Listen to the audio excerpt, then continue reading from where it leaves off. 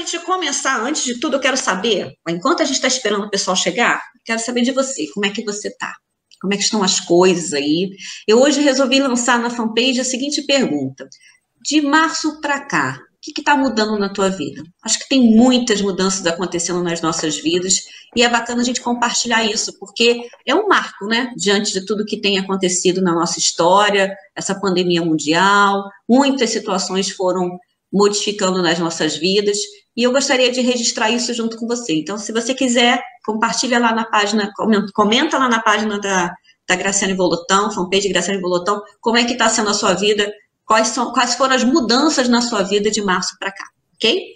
Então, vamos dar um bom dia neste sábado, dia 11 de julho, para você. Obrigada novamente por nos receber na sua casa e obrigada por estar aqui na minha casa e hoje também na casa da Flávia e da Adriana, para poder a gente conversar um pouquinho sobre as trajetórias, as idas e vindas e esse processo de educação de jovens e adultos, da educação de jovens e adultos, agora, nesse tempo de pandemia. Então, é uma honra estar aqui com você, meu agradecimento novamente, peço que você se inscreva no nosso canal do YouTube, porque aí fortalece o nosso trabalho, tá bom? E é bacana a gente estar junto no canal do YouTube, que a gente tem mais possibilidade de atingir mais pessoas com tantos temas que a gente tem trazido importante aqui no nosso quadro Conversa com Ela.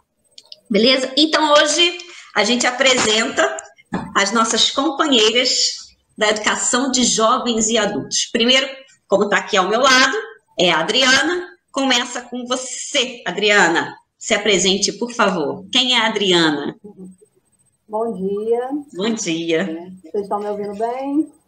Está um pouquinho baixo ainda, mas dá para ouvir, vai. Está um pouquinho baixo, peço desculpas. A gente, a tecnologia, né? É uma adaptação desse tempo para a gente, né? Tá tranquilo, tá dando para ouvir sim. Bom dia, Graciane. Queria agradecer o convite. É sempre bom poder compartilhar com parceiros que estão aí militando pela educação pública brasileira. Bom dia, Flávia. Sempre bom encontrar parceiros, né, nessa caminhada. Eu sou Adriana Barbosa.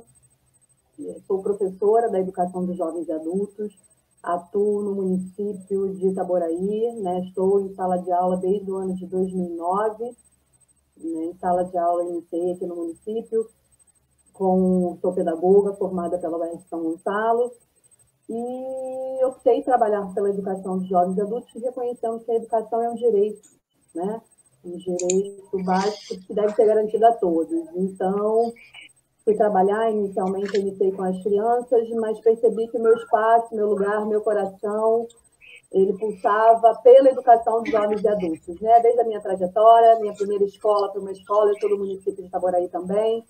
A primeira escola que eu estudei se chamava Centro Educacional Paulo Freire, que era uma escola de educação popular. Então, meu destino, meu encontro já estava sendo traçado sem eu saber, né? E aí vim para o município de Itaboraí, como eu disse, no ano de 2009, e a partir daí eu comecei a fazer uma especialização em educação de jovens e adultos, entendendo que eu precisava, essa minha prática, né, refletir mais sobre a minha prática, sobre o cotidiano, porque tinha muitos desafios, né? Educação de jovens e adultos é um público composto pela classe trabalhadora, e os traços da classe trabalhadora que já vive no seu cotidiano uma série de privações dos seus direitos básicos, né? Então, como lidar, né? A educação por si só, ela precisa de uma série de outras coisas, né? Esses sujeitos chegavam na escola com anseio de estudar e da educação, mas com muitas marcas, né? Marca da exclusão racial, marca da questão, coisas muito sérias. Eu falo da exclusão racial, porque é importante dizer, né, que nós temos na educação de jovens adultos majoritariamente pessoas negras, porque isso ainda é um ranço, né, da questão da escravidão, da questão dos mais pobres ainda nesse país, né, infelizmente não tem garantido seus direitos básicos, né, são mulheres, negros, e aí estudar, né, lidar com esse desafio no meu cotidiano me levou novamente para a universidade, para fazer uma especialização na época sobre educação de jovens adultos, na UFRJ, para entender esse meu cotidiano, né? E pensar um currículo para a educação de jovens e adultos. E aí eu fiz uma pesquisa para entender como lidar, né? Porque é uma educação diferenciada para crianças, e aí claramente ali, né, não dava para simplesmente reproduzir. Infelizmente, a universidade, eu estudei EJA na universidade, né, em 2 disciplinas, na FFP, mas ainda é um desafio, né? Pensar a educação dos jovens adultos na nossa formação inicial e continuada. Por conta disso, eu fui convidada na época pela Secretaria de Educação para trabalhar na Secretaria de Educação, na equipe, na coordenação de educação de jovens e adultos. Isso em Itaboraí, né? Isso em Itaboraí, né?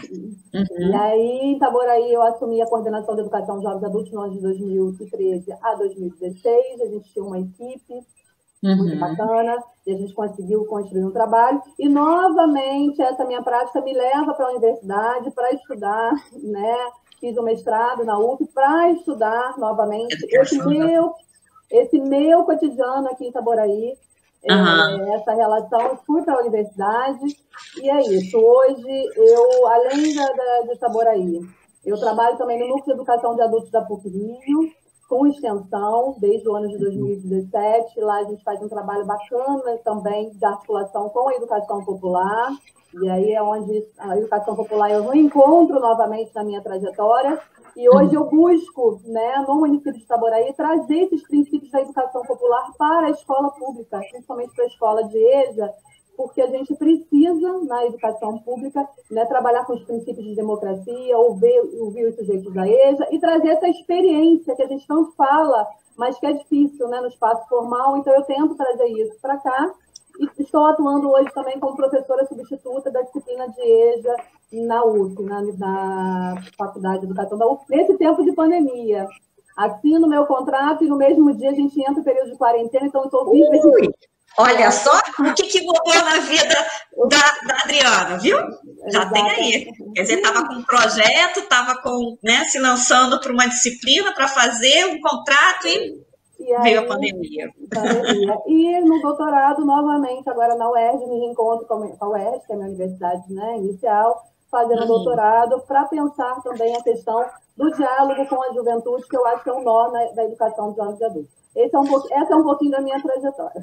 Vocês viram? Ela contou a trajetória, quer dizer, foi marcada lá para a EJA e seguiu a educação de jovens e adultos aí na trajetória, está aí no doutorado da UERJ, minha Universidade do Coração. Sabe o que você me fez lembrar? Que eu esqueci de me apresentar. Eu sempre me apresento, porque pode ser que você daí do outro lado está vendo pela primeira vez, e dessa vez eu falei dos canais, esse negócio, que você fica falando do YouTube, do Facebook, não sei o que, eu acabei esquecendo de me falar. Eu sou a Graciane Volutão, sou professora supervisora no município de São Gonçalo e também no município de Armação dos Búzios. E aí eu acho que você não sabe, Adriana, eu estou permutada, não sei se eu comentei isso com você, estou permutada em Itaboraí. Eu fiquei sabendo semana passada que alguém me deu a lista de supervisores, eu falei, Graciane Volutão, eu conheço essa moça. Então, aí eu estou no município de Itaboraí permutada Mas o que aconteceu? Quando eu consegui finalmente a permuta para o município de Itaboraí, veio a pandemia. Veio a pandemia. Entendeu? E agora, então, vamos conhecer a nossa guerreira Flávia Gomes, que está ali, ó. Oi, Flávia, como vai você? Tudo bem? Oi, Graciane. Bom dia, Graciane. Bom dia, Adriana. Bom dia para todo mundo. Obrigada, Graciane, pelo convite. Quero te agradecer. E você pedindo para me apresentar, né? Ao contrário da professora Adriana, eu não estudei EJA na faculdade, na graduação, né? Eu fui estudar depois na UF, exatamente por interesse, talvez porque a gente sinta essa necessidade de especializar naquilo que a gente está fazendo, né?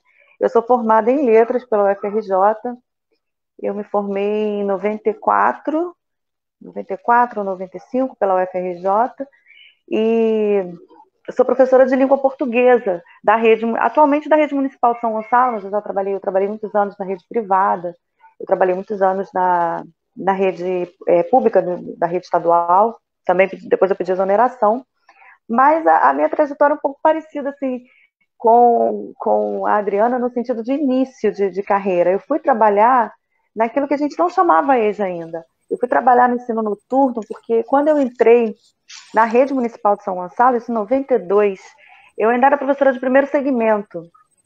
E aí a gente não tinha ainda implementado a EJA no município de São Gonçalo. são fogos. E são fogos. E eu fui trabalhar numa escola que tinha o ensino noturno. Eu precisava trabalhar no noturno porque eu fazia faculdade, na época eu estava no fundão. O curso de letras tinha aula manhã e tarde, assim, alguns dias era o dia inteiro.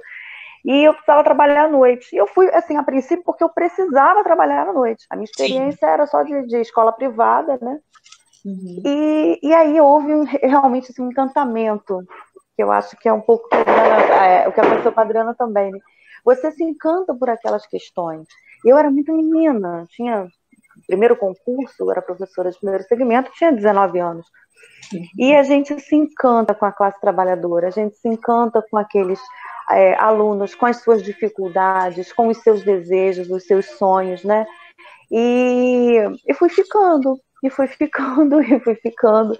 E mesmo depois que eu trabalhei no diurno também, fiz outro concurso, enfim, entrei como professora de língua portuguesa, que é o que eu sou, mas a gente vai...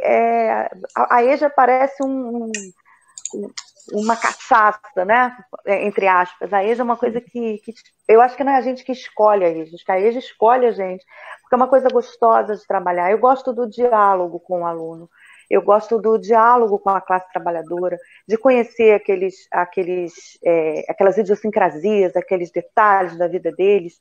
E aí eu fui ficando. E depois, com o tempo, coordenei um tempo a escola, na época era Marcílio Dias, da rede municipal. Eu não sei se a professora Adriana conhece, mas a professora Graciane conhece, o Marcílio Dias, né? Que agora já não é mais onde era antes, é um outro prédio mais novo, graças a Deus, uma escola fisicamente melhor. E depois eu trabalhei no Anísio Teixeira. Eu adorava o nome da escola, achava o máximo trabalhar numa escola que se chamava Anísio Teixeira. E trabalhei no Anísio Teixeira também como professora de EJA, fui coordenadora de EJA. E fui estudar. Aí eu fui estudar a EJA depois que eu passei a ser coordenadora, na UF, numa pós-graduação. E aí eu fui me debruçar, né, mais sobre o assunto, fui ler sobre o assunto. Tive grandes colegas, grandes coordenadoras minhas que me indicavam leituras. Uma delas, a professora Ana Valéria, que é da rede municipal, se não me engano. Sim. Ela não sei se ainda é, mas acho que ela é supervisora. Supervisora, Eu não sei se ela ainda é, não sei se ela se aposentou. A professora Ana Valéria também me indicava leitura. Então, a nossa trajetória é essa. Trabalhei no Colégio Castelo Branco, também como professora lá, nunca atuei como orientadora pedagógica, e atualmente eu estou atuando como orientadora pedagógica lá no Colégio Hernani Faria. Bacana, viu? Então, a EJA, Educação de Jovens e Adultos. Elas já falaram um pouquinho, né, do que significa educação de jovens e adultos na vida delas, o que é isso, ouvir a classe trabalhadora, mas conta mais um pouquinho dessa trajetória. A gente traz aqui como tema, trazendo reflexões sobre a educação de jovens e adultos no contexto da pandemia. Eu queria saber de vocês, assim, o que a EJA significa para a classe trabalhadora, o que é essa luta para manter a educação de jovens e adultos, por que a gente ainda tem a educação de jovens e adultos, isso era para ser transitório, isso é para ser contínuo, por que isso ainda continua, por que isso se torna uma política pública e por que isso é uma modalidade no ensino? Queria que vocês falassem um pouquinho sobre isso, sobre essas questões de política mesmo, voltada para a educação de jovens e adultos. Começa você, Adriana, fala aí para a gente um pouquinho. Então, eu acho que é importante a gente reconhecer, né, que a gente está falando da pandemia, mas as questões que nós enfrentamos, os problemas que nós enfrentamos na educação dos jovens e adultos, eles são de longa data, né? Infelizmente, nós temos um país extremamente desigual em distribuição de renda, e isso se reflete também na não distribuição, né? A questão educacional também, né? Nós temos uma questão muito séria, isso se reflete. Nós temos sujeitos acima dos 15 anos, que é a data, né, de entrada na educação dos jovens e adultos, que não concluíram ou sequer acessaram, né? Não é à toa que nós temos aí quase 11 milhões de pessoas que não são escolarizadas. E a entrada dessas pessoas na história, né, da classe trabalhadora, entendendo que eu também faço parte da classe trabalhadora, mulher, negra da classe trabalhadora, me entendendo também nesse lugar, né? Nós entramos muito depois nessa escola. E essa escola, que muitas das vezes é uma escola negada, né? Esses sujeitos, nós temos duas questões. As pessoas que não têm acesso a essa escolarização, por conta dessa desigualdade social que nós temos no país, e nós temos também uma outra questão, que são as pessoas, a gente fala que é a juvenilização da EJA, né? Hoje, cada vez mais jovens estão entrando na educação de jovens e adultos, são as pessoas que passam pela escola e, por algum motivo, né, têm essa trajetória truncada. E aí saem, né, evadem, por uma questão de motivos, e que são motivos não do campo do pessoal, mas são motivos estruturais, né, dessa sociedade excludente na qual nós vivemos. E aí a educação dos jovens e adultos, nós só vamos deixar de ter educação dos jovens e adultos algum dia, né, entendendo que a educação dos jovens e adultos vai para além da escolarização. É porque no Brasil, como essa desigualdade ela é tão latente, né? É porque a educação de jovens e adultos aqui ela é atrelada à escolarização básica. Em outros lugares, a gente pode falar de educação de jovens e adultos, é porque aqui a gente não oferece, né, qualitativamente, a gente não oferece esse direito. Enquanto a gente não diminuir a desigualdade social, a gente vai continuar tendo igualdade educacional, né, porque desigualdade social que reflete na igualdade educacional. Enquanto a gente não conseguir resolver essa questão, nós vamos continuar tendo a educação dos jovens e adultos. Então, por isso que o discurso, né, de que muitas das vezes a educação dos jovens e adultos ela vai acabar, muitas das vezes a gente acha isso, ela só vai acabar, e pelo jeito ela vai perdurar por muito, educação dos jovens e adultos que eu digo relacionada à escolarização, sim, enquanto a gente não resolver um problema maior na nossa sociedade. E aí, então, a briga pelo direito à educação para todos. E isso, ele é recente, é desde a Constituição de 88. Na verdade, a gente tinha EJA por conta de projetos, né, políticas efêmeras, pontuais, e a nossa luta é entendendo que a educação dos jovens e adultos, ela não vai acabar porque a gente precisa, porque a gente tem uma questão estrutural maior, a gente precisa garantir isso na lei e precisa garantir isso enquanto política pública.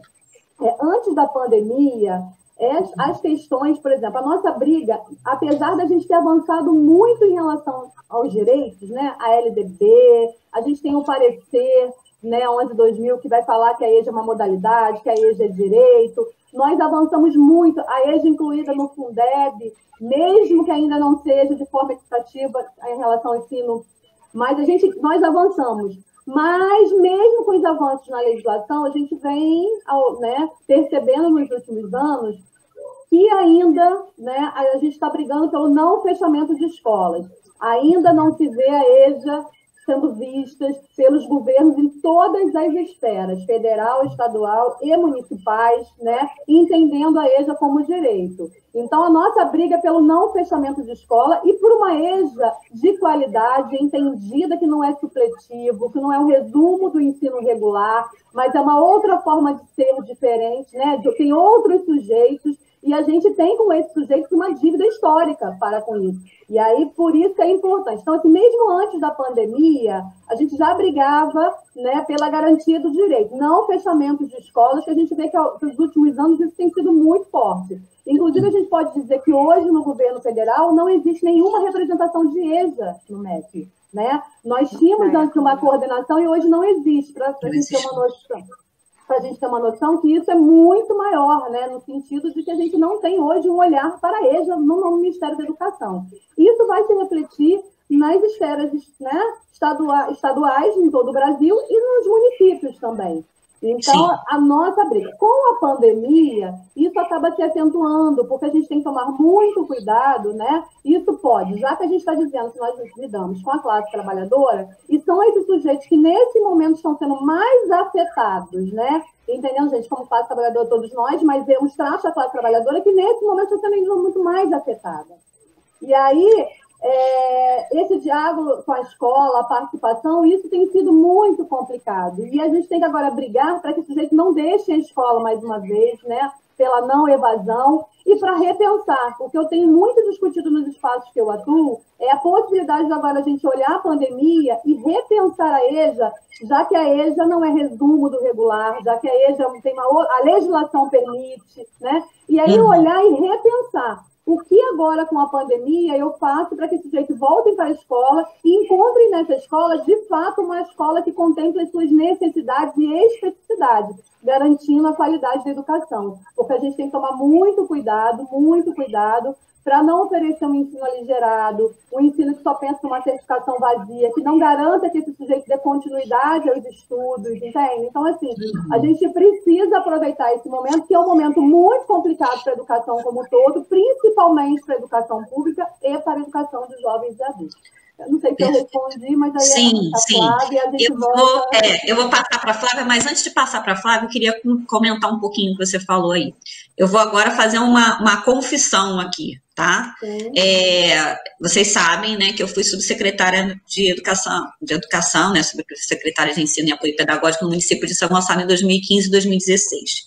E nessa oportunidade eu tive momentos de alta tensão em relação à educação dos jovens e adultos. Eu acredito que todos os gestores que passam né, pela pasta, todo mundo que está em algum cargo, seja no município, até em cima da fala da Adriana, né, no município, no estado, até no governo federal, pelo que ela apresenta aqui, tem essa dificuldade em colocar a educação dos jovens e adultos num patamar que vá para além dos números. Por quê? Eram guerras internas e externas, porque externamente eu tinha que passar, né, tinha que dar uma posição, a gente tinha que dar uma provocação para que aquilo modificasse. Internamente, a provocação era outra. Por quê? Porque administrativamente falando, a gestão pública, ela trabalha com número o tempo inteiro. E os números da educação dos jovens e adultos não são palatáveis, vamos dizer assim, para as políticas. E aí, por isso que eu estou falando que é uma confissão que eu faço aqui nesse momento, aproveitando a sua fala, Adriana, porque eu era o tempo todo desafiada a dizer para o grupo que a gente precisava aumentar os números. Mas será que os números, número de gente mesmo que eu estou falando, matriculado na educação dos jovens e adultos, para poder sustentar administrativamente a máquina pública, dizendo assim, a gente tem necessidade de ter a educação dos jovens e adultos funcionando no horário noturno, porque aí a gente tem conta de luz, de água, né, tem profissionais ali para sustentar e tudo. Então, mas a gente tem que ter um número. Senão a gente tem que fechar. Então, quando você fala dos fechamentos das escolas, é essa provocação e essa angústia que passa por mim hoje e sempre passou, né? Passava antes também, né, naquele período, e passa também para quem está hoje na equipe de gestão de qualquer município, qualquer secretaria de educação. Sim. Por quê? Existe a questão de manter, porque existe uma questão histórica a ser configurada e a gente precisa dar a oportunidade, o estudo com qualidade, como a Adriana está colocando, mas assim, o grupo é pequeno, não sustenta você estar mantendo um equipamento à dedicação na rede. Mas o que é direito? O que que sujeitos são esses? E aí é isso que a gente está aqui provocando nos nossos pensamentos, tá? Então, fiquem à vontade, eu quero ouvir a sua opinião aí, quero que você coloque aqui para a gente o que você pensa sobre isso, quais são os seus desafios para manter o direito à educação dos jovens e adultos no seu território, no seu município, mas também eu agora pulo, então, para a Flávia comentar um pouquinho, porque a Flávia tem a experiência da educação dos jovens e adultos no município de São Gonçalo. Então, a nossa primeira questão aqui, Flávia, é falar sobre a educação dos jovens e adultos no contexto geral. Depois a gente vai entrar um pouquinho mais da questão da pandemia e vai entrar nessas questões também que eu queria que a Adriana falasse um pouquinho mais sobre essa questão que eu apontei. E você também, enquanto coordenadora, e tem toda essa trajetória no município de São Gonçalo, então você sabe o quanto de desafio você já passou com os professores, né, com o sofrimento que é você ter que brigar cada gestão que passa para manter aquele espaço de educação dos jovens e adultos, essa modalidade dentro do município. Então, fala aí, Adriana. Desculpa, Flávia. Tá me ouvindo? Tá dando para ouvir? Sim, sim.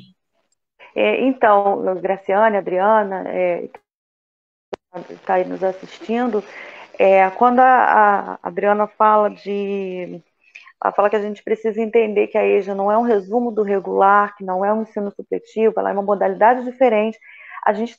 Eu me lembro, assim, exatamente dos desafios que nós temos na escola em fazer isso, né? A gente, às vezes, precisa provar, infelizmente, dentro da própria escola, e aí para alguns colegas, graças a Deus não é a maioria, mas para alguns colegas do diurno, e às vezes para algumas direções, que o sujeito da EJA é um sujeito diferente. O sujeito da educação de jovens e adultos não é o aluno indisciplinado do diurno, que muitas vezes a escola quer passar para o noturno. Esse é um dos desafios que eu acho que todo mundo que trabalha com educação de jovens e adultos já enfrentou. Mas, Graciane, eu lembrei disso, né, quando ela fala da gente reforçar, né, que a gente não trabalha não faz um resumo do regular. Uhum. Mas você estava falando sobre, eu até anotei aqui, sobre, às vezes você brigava, né, para mostrar ao poder público que esses números da EJA, né, não batem com aquele ideal do administrativo, né, do poder público. Esse é um desafio que eu percebo na rede municipal de São Gonçalo há muitos anos. É impressionante como quase, eu vou dizer nem todo ano não, mas quase todo ano, ou em quase toda mudança de governo, na rede municipal de São Gonçalo, entra governo, sai governo, em quase toda mudança de governo, 4 em 4 anos, às vezes até de 2 em 2 anos, talvez, a gente tem que brigar, a gente tem aquela sensação de que a gente vai perder a EJA. Aí existe sempre aquela fala, olha, vão fechar a EJA, olha, vão fechar a turma, olha, querem acabar com a EJA, como se isso fosse uma coisa simples, assim, de fazer, né, na esfera municipal. E assim, aí a gente tem aquela briga, tem aquela luta toda de novo.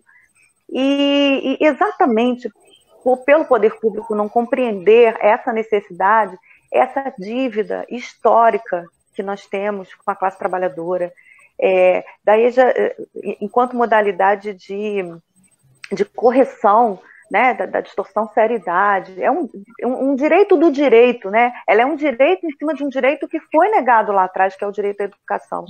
Exatamente por isso, assim, a gente precisa brigar mais, a gente precisa lutar mais.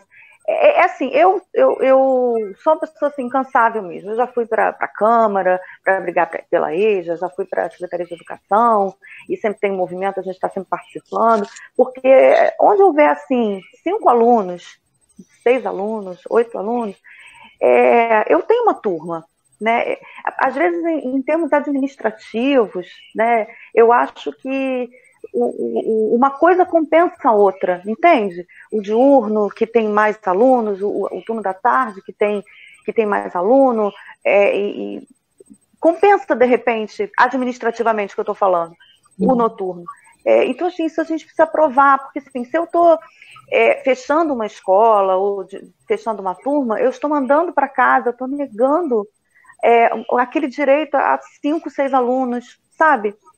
Toda vez que a gente tem esses problemas, vamos fechar a turma, vamos otimizar é menos pior, né, dependendo da situação, mas a gente, na verdade, está negando assim, esse direito a esse aluno, e vai ali para tentar resgatar alguma coisa que ele sente, que ele sabe que ele poderia ter feito e mais jovem, e não fez por uma série de circunstâncias. O senso comum muitas vezes diz que coloca que o aluno não fez porque não quis, ou porque não quis estudar, ou, enfim, e nós que trabalhamos com eles sabemos que a realidade não é essa. Então, assim, exatamente por não ser, eu gostei do termo que você usou, palatável para os governos, né, essa diferença, né, de diurno, você tem uma turma com 30 alunos, noturno também tem, o Hernani Faria tem turmas bem grandes, a escola que eu atualmente trabalho tem turmas bem grandes, principalmente as turmas do sexto ano, né, que o nono ano, que seria grupo 4, grupo 5, e fase 1, né, e grupo 5, fase 2, da EJA, que são turmas bem generosas na escola. Desculpa, o 8º ano, que seria o 8º ano, é o grupo 4, grupo 5, fase 1, e o sexto ano.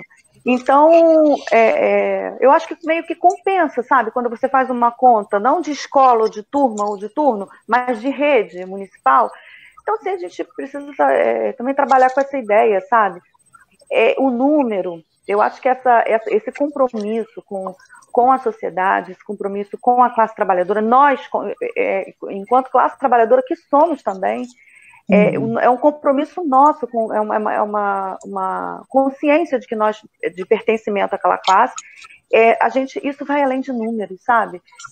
A reflexão que eu faço, isso tem que ir. Se não vai, isso tem que ir. Tem que ir. E a gente precisa mostrar, e a gente precisa fazer com que isso vá além dos números, sabe? E o acesso, um outro desafio que eu acho, Graciane conhece bem a rede municipal, foi subsecretária, né, supervisora também, professora há muitos anos, a rede municipal que eu estou falando de São Gonçalo.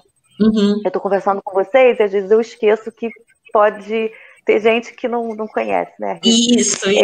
Você conhece bem. E, assim, às vezes existem coisas na prática, né? Na prática escolar que a gente ainda precisa brigar. A professora Adriana também deve saber isso. Por exemplo, a biblioteca de uma escola que abre de manhã, abre de tarde, não abre à noite. Eu não estou falando nem da realidade, não é a realidade da minha, graças a Deus, não é a realidade do Hernani Faria hoje em dia. Pelo contrário, nós temos funcionários de biblioteca, a biblioteca é boa, mas existe isso. Eu já trabalhei em escola com esse problema. O laboratório de ciências já abre de manhã, abre de tarde, à noite. É como se a gente fosse esquecido, né? Ou como se a gente fosse uma realidade ou uma escola diferente, uma escola paralela e não fosse inserida, né? Nesse contexto dessa preocupação pedagógica. Isso é uma luta diária, Graciane. É uma luta diária.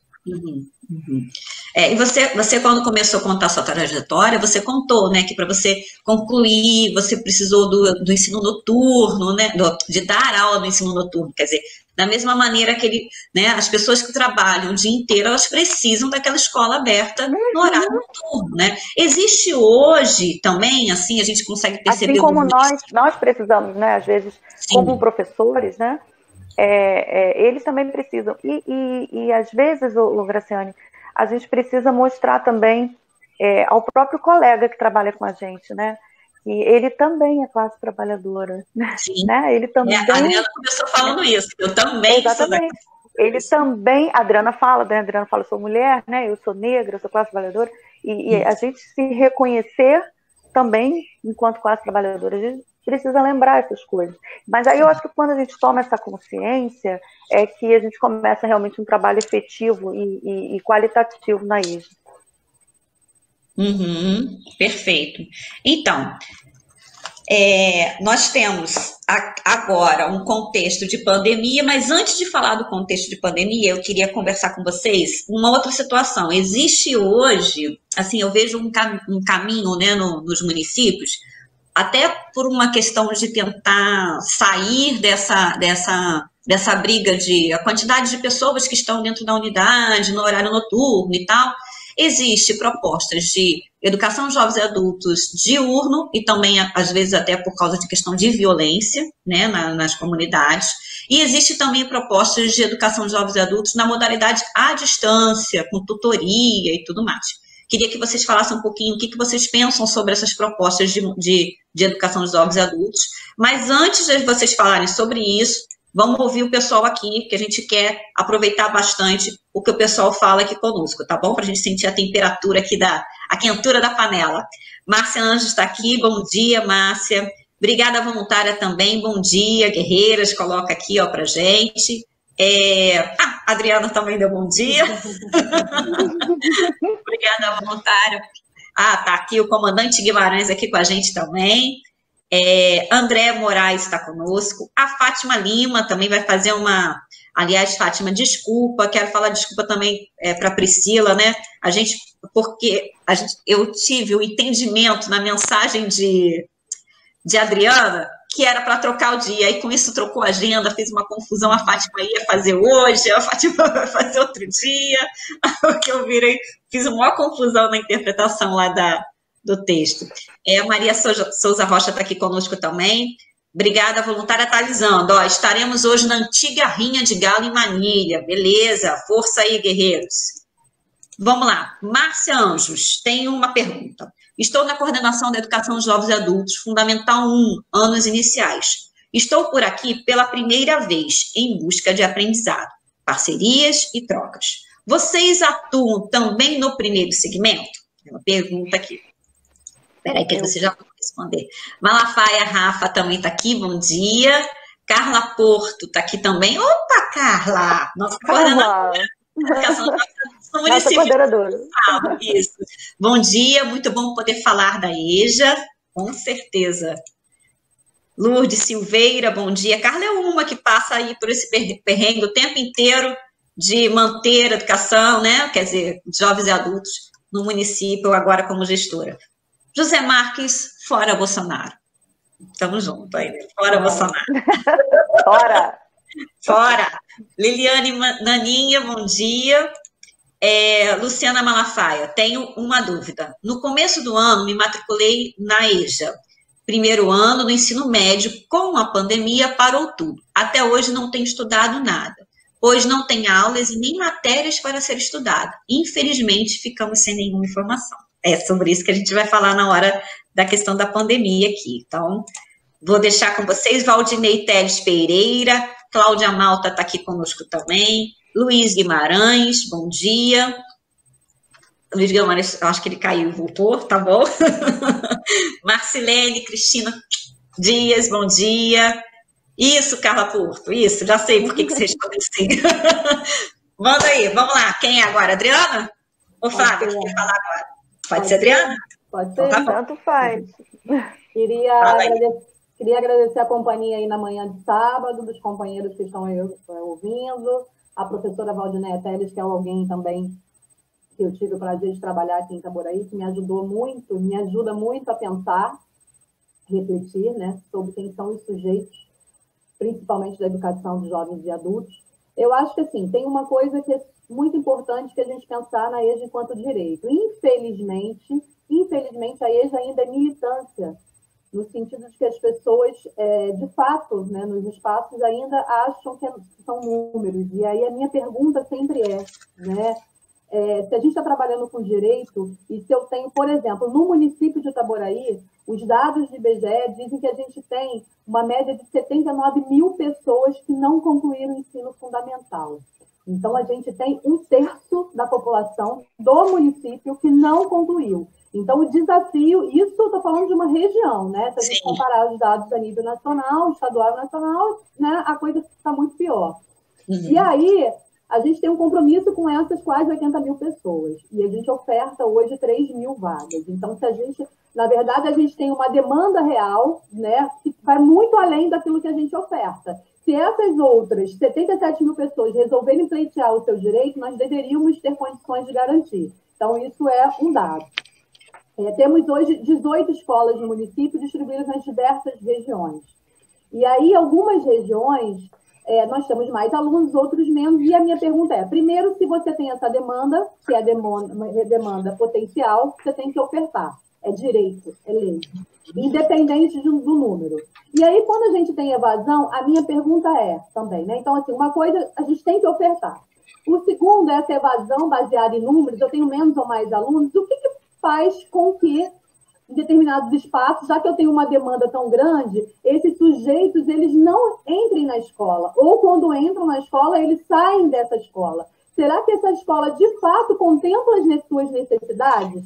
É uma escola, uma perspectiva crítica, que, como a Flávia falou, que garante, porque aí pensando no currículo que vai além do documento formal, será que quando ele entra na escola ele se sente acolhido? Será que ele vê que aquele espaço é de fato um espaço para ele? Ou é novamente um espaço excludente, aonde eu não tenho a noite, né? Eu falo à noite porque, infelizmente, a EJA às vezes é apêndice, né? Ela é apêndice do ensino regular. Você tem uma escola montada para crianças e adolescentes, e à noite você monta turmas sem preparar essa escola para receber esses sujeitos jovens e adultos, né? Uma escola de fato de qualidade, que ofereça para ele tudo que ele tem direito, porque ele tem direito, né? Aí isso é muito mais. A gente não está trabalhando na esfera do favor, a gente trabalha na esfera do direito. Será que essa escola é uma escola que entende quem ele é, que tem uma pauta antirracista na discussão, que entende que esse sujeito está ali, né? E que eu preciso abordar no meu cotidiano com ele questões que de fato façam ele refletir, que valorize, que o respeite, que entenda o tempo dele, que é um tempo outro, né? Então, se eu de fato valorizo a sua voz, eu ouço, tenho essa escuta atenta. Então, eu acho que são questões que eu sempre pontuo. Por que eu tenho menos alunos se eu tenho uma demanda de 80 mil e esses sujeitos não estão na escola? Alguma coisa tem. E aí, não é só a educação que às vezes vai dar conta. É a gente pensar em política pública para emprego, é a gente pensar, né, saúde, uma esfera de outras coisas, né, são outros elementos que eu acho que o poder público tem que pensar. Então, não dá para a gente trabalhar solitariamente. A gente tem que ter uma rede de apoio de pensar essa escola. E, novamente, pensar essa escola como direito. Eu tenho números, e isso acontece muito, muito, e a gente precisa, e a EJA é militância. Por isso que eu não falei no início, quero aqui me retificar. Eu faço parte do Fórum Estadual de EJA do Rio de Janeiro, que é um espaço de luta, eu convido a todos, um espaço fundamental na minha formação política e profissional, porque ele me ajuda a refletir também nessas ações, e é um espaço de luta e resistência. É o tempo todo, como você disse, você precisa ficar com o dedo levantado para dizer o óbvio, né? A professora Valdinéia está aqui, e ela sempre dizia, a gente precisa dizer o óbvio, e é verdade, é o tempo todo dizendo, gente... E aí, às vezes, eu ouço assim, inclui isso aí na pauta, porque a Adriane é chata e ela vai reclamar. E eu digo, não, é nesse nível. Eu não tenho que incluir porque eu quero, porque eu posso não estar aqui amanhã, eu posso estar em outras frentes de luta, né? Mas, como a Flávia, né, é importante que todos entendam que EJA é direito, não é por mim, é por eles, é pelo direito deles. Então, eu acho que isso é importante. Respondendo para passar para a Flávia, sua pergunta sobre a questão do ensino à distância. Eu acho que a gente tem que tomar um cuidado, porque não é negar o ensino à distância, não é isso. Agora, é pensar o seguinte, por exemplo, nós temos o INSEJA, né, que é aquele Exame Nacional de Certificação do Ensino Fundamental e Médio. Olhando a essência do INSEJA, ele não está preocupado com a qualidade do ensino a ser ofertado. Eu acho que é isso. Ele está preocupado em dar uma certificação vazia, aligerada. Não é que a gente não possa oferecer para aquele sujeito que tem uma história de vida, uma experiência, né? Mas a forma como é feita, né, não é uma forma para garantir qualidade. Eu não quero que esse sujeito, ele de fato seja um sujeito crítico, que ele de fato tenha um conhecimento que faça com que ele acesse outros espaços, porque eu quero que ele acesse outros espaços. Eu quero que esse sujeito da educação de jovens adultos saia com possibilidades de entendendo o lugar dele no mundo, né? Dessa sociedade capitalista, excludente, racista. Eu preciso que ele entenda, mas que ele possa acessar uma universidade, se ele quiser, de qualidade. Eu não posso oferecer um certificado para ele, né, um certificado aligerado, não é essa a discussão. Então, a preocupação, e ainda mais isso pode ser acentuado com a pandemia, é que o capital se aproveite disso para vender diplomas. Essa é a questão. Não é ser contra o ensino à distância. Até porque o ensino à distância, em determinados lugares, né, que a gente sabe que são isolados, ele sendo feito com cuidado, com autonomia, né, porque professor, eu acho que ele é possível de ser realizado. Mas será que é possível para os nossos sujeitos da educação, no contexto que nós estamos vivendo? Eu acho que são questões a serem pensadas. Que acho que a gente nega por negar, não é. É porque a gente tem uma perspectiva crítica. Será que isso, de fato, vai favorecer e facilitar?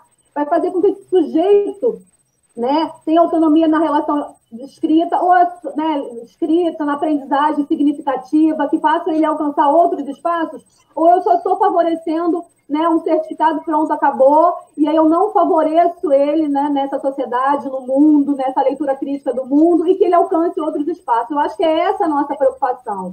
Então, e a preocupação agora só para fechar essa fala, na pandemia, é o que a gente vem dizendo. Plataformas, outros espaços, às vezes eu vejo isso mais como espaço de interação dos professores. Por exemplo, em Itaboraí tem uma plataforma e é legal que você vê o que as escolas estão fazendo, mas isso não chega nos alunos. A questão não é o fazer, mas é o que está do outro lado. Não acessa. E se ele não acessa, eu não tenho diálogo, eu não tenho comunicação. Não tem sentido, né? Não tem porque sentido. Eu trabalho para ele. E aí, esse não acessar... Você toda uma estrutura, você não está chegando para ele. Exatamente. E o não acessar não pode ser lido de forma meritocrática. Ele não faz porque ele não quer. Gente, a gente sabe quem são os sujeitos. Nós temos dificuldade, eu aqui com câmera, com som, imagina se o sujeito, a internet ainda é algo caro, né? Se eu estou falando de pessoas que não têm, às vezes, ter comida dentro de casa, então, assim, internet, autonomia, né? Porque você precisa de uma certa autonomia para fazer atividade. A alfabetização, alguém perguntou se a gente trabalha assim? Isso. Trabalho com ensino fundamental e alfabetização, né? Que é ensino fundamental 1 e 2, que vai desde a alfabetização até a 9ª fase, ou 9º ano, né? E a gente sabe que a alfabetização, pelos nossos estudos e experiências, diz que você precisa ter interação com o outro, porque às vezes o aluno ele não expressa com palavras as dificuldades dele, mas é o olhar, o tocar, às vezes até o pegar na mão, é estar junto, é verificar, né, quais são as dificuldades para eu fazer intervenção, porque precisa de uma intervenção. E será que esse online eu consigo? Não estou negando as formas de articulação, né, com um aluno nesse tempo de pandemia, mandar vídeos, mandar literatura, outras formas, mas fazer e ler e escrever por ele, eu não sei. Particularmente, confesso que eu não sei, porque tem que ter. Então, a gente tem que ter um cuidado e de pensar, né, essas políticas para esse outro e entendendo quem é esse outro. Tá? Isso. Perfeito, perfeito. Agora você, Flávia, o que você tem a acrescentar aí nessas questões? Eu tenho uma experiência pelo próprio Hernani Faria, né, Graciana? Acho que eu cheguei a comentar já com você. Nesse contexto de pandemia, a gente está utilizando aquela plataforma Google Classroom e nós estamos fazendo várias atividades, os professores estão postando essas atividades, nós somos 2 coordenadoras de EJA, eu e outra professora, a professora Lúcia, e a equipe de professores, o apoio da direção tem sido fundamental para não perder o vínculo com o aluno. A nossa maior preocupação é não perder esse vínculo, é não perder esse aluno, porque nós todos sabemos que a evasão, ela é quase que uma característica, né? Ela é por excelência, assim, a EJA é por excelência uma modalidade que infelizmente tem muita evasão. Então, ela já é uma evasão, né? Pela dificuldade. Várias dificuldades. Alunos que saem, meninas que saem porque ficaram grávidas, meninos que saem porque arrumaram, ou meninas mesmo, que arrumaram emprego, e às vezes a pessoa precisa do emprego mesmo, quando eu digo mesmo, é precisar para comer, e às vezes ele tem que optar entre estudar ou comer, e ajudar, ou sustentar a família, enfim. E tem outras razões também, dificuldade de transporte. Na vida, né? São desafiadas. Os idosos têm dificuldade de saúde, dificuldade de transporte, morar em regiões, em áreas de risco, por conta do tráfico, da milícia, ou sei lá, do que for, e aí eles têm dificuldade, eles vão para a escola, mas eles têm medo de voltar, porque não pode entrar, enfim. Tudo isso. Essa evasão, ela já acontece normalmente. Você imagina a pandemia, né? A gente parou para pensar e, olha, a gente não pode ficar parado, a gente tem que manter um contato com esse aluno. Então, pegamos telefone, alguns de nós já tinham, alguns professores têm telefone, WhatsApp, e-mail de aluno, a gente foi correr atrás disso. Agora, infelizmente, a realidade, Graciana, nós não estamos dando aula online, não tem condição ainda de fazer isso. A realidade é que nós não temos o alcance que nós gostaríamos. E a gente sabe que não é por má vontade nem do professor, nem do aluno. A gente sabe da dificuldade, como a Adriana falou, com câmera, eu aqui para colocar, meu namorado me ajudou, bota aqui o microfone, liga ali não sei o quê, e tem o tripé. A gente tem uma internet, né, fixa, de Wi-Fi, o aluno não tem. Nem todos eles têm. Eles compartilham, às vezes, celular, eles compartilham computador, eles compartilham internet, muitas vezes tem telefones pré-pagos e não tem crédito. Eu ouvi isso de aluno. Professora, a senhora pode mandar o dever de casa, foi a expressão que ele usou, para mim, mas eu só vou poder ver quando eu puder botar R$10 no meu celular. Então, eu vou botar R$10 quando eu receber, é uma realidade que existe, ponto final, e a gente precisa compreender isso. Ou então a gente não trabalha com ele. Né? Porque tem muita coisa. Exatamente, muita coisa. Ou a gente não trabalha com ele. Ou então a gente deixa ele para quem gosta, para quem quer, como a Adriana falou, é militância, isso é resistência. A educação de jovens e adultos é resistência. Então, assim, a nossa preocupação atual, pelo menos na realidade da minha escola, né, e tem sido, inclusive, de outros colegas, tá? Da Rede Municipal de São Gonçalo, porque nós fizemos reunião assim, remota, online, com a coordenadora, Carla Porto, outros coordenadores também de EJA. Foi uma reunião até, talvez informal, não foi exatamente uma reunião, foi um papo informal, mas nós conversamos sobre isso. Todas as escolas demonstraram essa preocupação de perder esse aluno. Agora, por outro lado, a gente também sabe que, até não sei se a professora Adriana vai concordar comigo, mas até esse ensino remoto, se a gente pode chamar assim, ele também é excludente. Ele também é excludente porque ele alcança um, não alcança outro. sabe? Ele alcança um de uma forma e não alcança outro. Eu tenho uma aluna, não minha, da escola, né? Aluna minha que eu digo da escola, que ela me mandou um WhatsApp me perguntando assim, eu já mandei o link de convite para o Google Classroom para ela há muito tempo, mandei o segundo, mandei o terceiro, e ela mandou um WhatsApp dizendo que ela não sabe como acessar a plataforma. Então, eu fico pensando assim, Adriana, nessa autonomia intelectual que é necessária para que o aluno faça a EAD de forma qualitativa, faça de verdade, né? É muito fácil, talvez, a gente que é professor ou qualquer outro profissional fazer uma pós-graduação à distância, ou a própria graduação, mas eu não sei, a gente tem uma certa autonomia intelectual, né? Ligar um botão, apertar um link e tal, e ler sozinho, estudar, ou discutir com um colega, fazer uma reflexão, fazer uma resenha. Eu não sei, sabe? Eu não sei mesmo dizer até que ponto esse nosso aluno consegue, né? Essa autonomia intelectual faz falta, ela é primordial. Então a gente sabe que esse ensino é excludente também, né? A gente está fazendo para não perder o aluno, para fazer essa ponte, mas ele ainda é muito defasado. Eu acho que ele reforça também essa diferença, né? Porque as escolas particulares, as escolas privadas, grandes escolas privadas, me parece, eu não sei, eu não estou trabalhando no momento na rede privada, mas me parece que elas têm feito aulas online, atividades, inclusive provas, né? Os meus sobrinhos estudam em escola particular, escola militar, e têm feito inclusive prova. Agora, assim, em relação ao eixo diurno, o que a Graciane perguntou, eu acho que muito importante. Eu trabalhei no eixo diurno no Hernani Faria, eu dei aula, era à tarde, as turmas de EJA, e tem muitos alunos que preferem fazer, sim, alguns que não trabalham exatamente assim, durante esse horário, e não gostam de estudar à noite, outros mais idosos que preferem fazer de dia, fazer à noite por questões de segurança mesmo, por medo da violência. E eu gostava muito, eu dava aula de português nessas turmas. Acho que funciona, acho que é importante, acho que seria, assim, mais se a gente pudesse oferecer, pelo menos, né, eu falo da minha realidade onde eu trabalho, né, na rede municipal, se a gente pudesse voltar a oferecer, seria muito importante, mais uma alternativa para esse aluno. Eu não gosto da noite porque eu moro no morro tal e tem um tráfego, tem que chegar 8 horas em casa, mas ele poderia estudar à tarde ou de manhã, se ele não tiver questão de trabalho e tal. Seria excelente. Agora, a EAD é a que eu também tenho a mesma preocupação que a professora Adriana.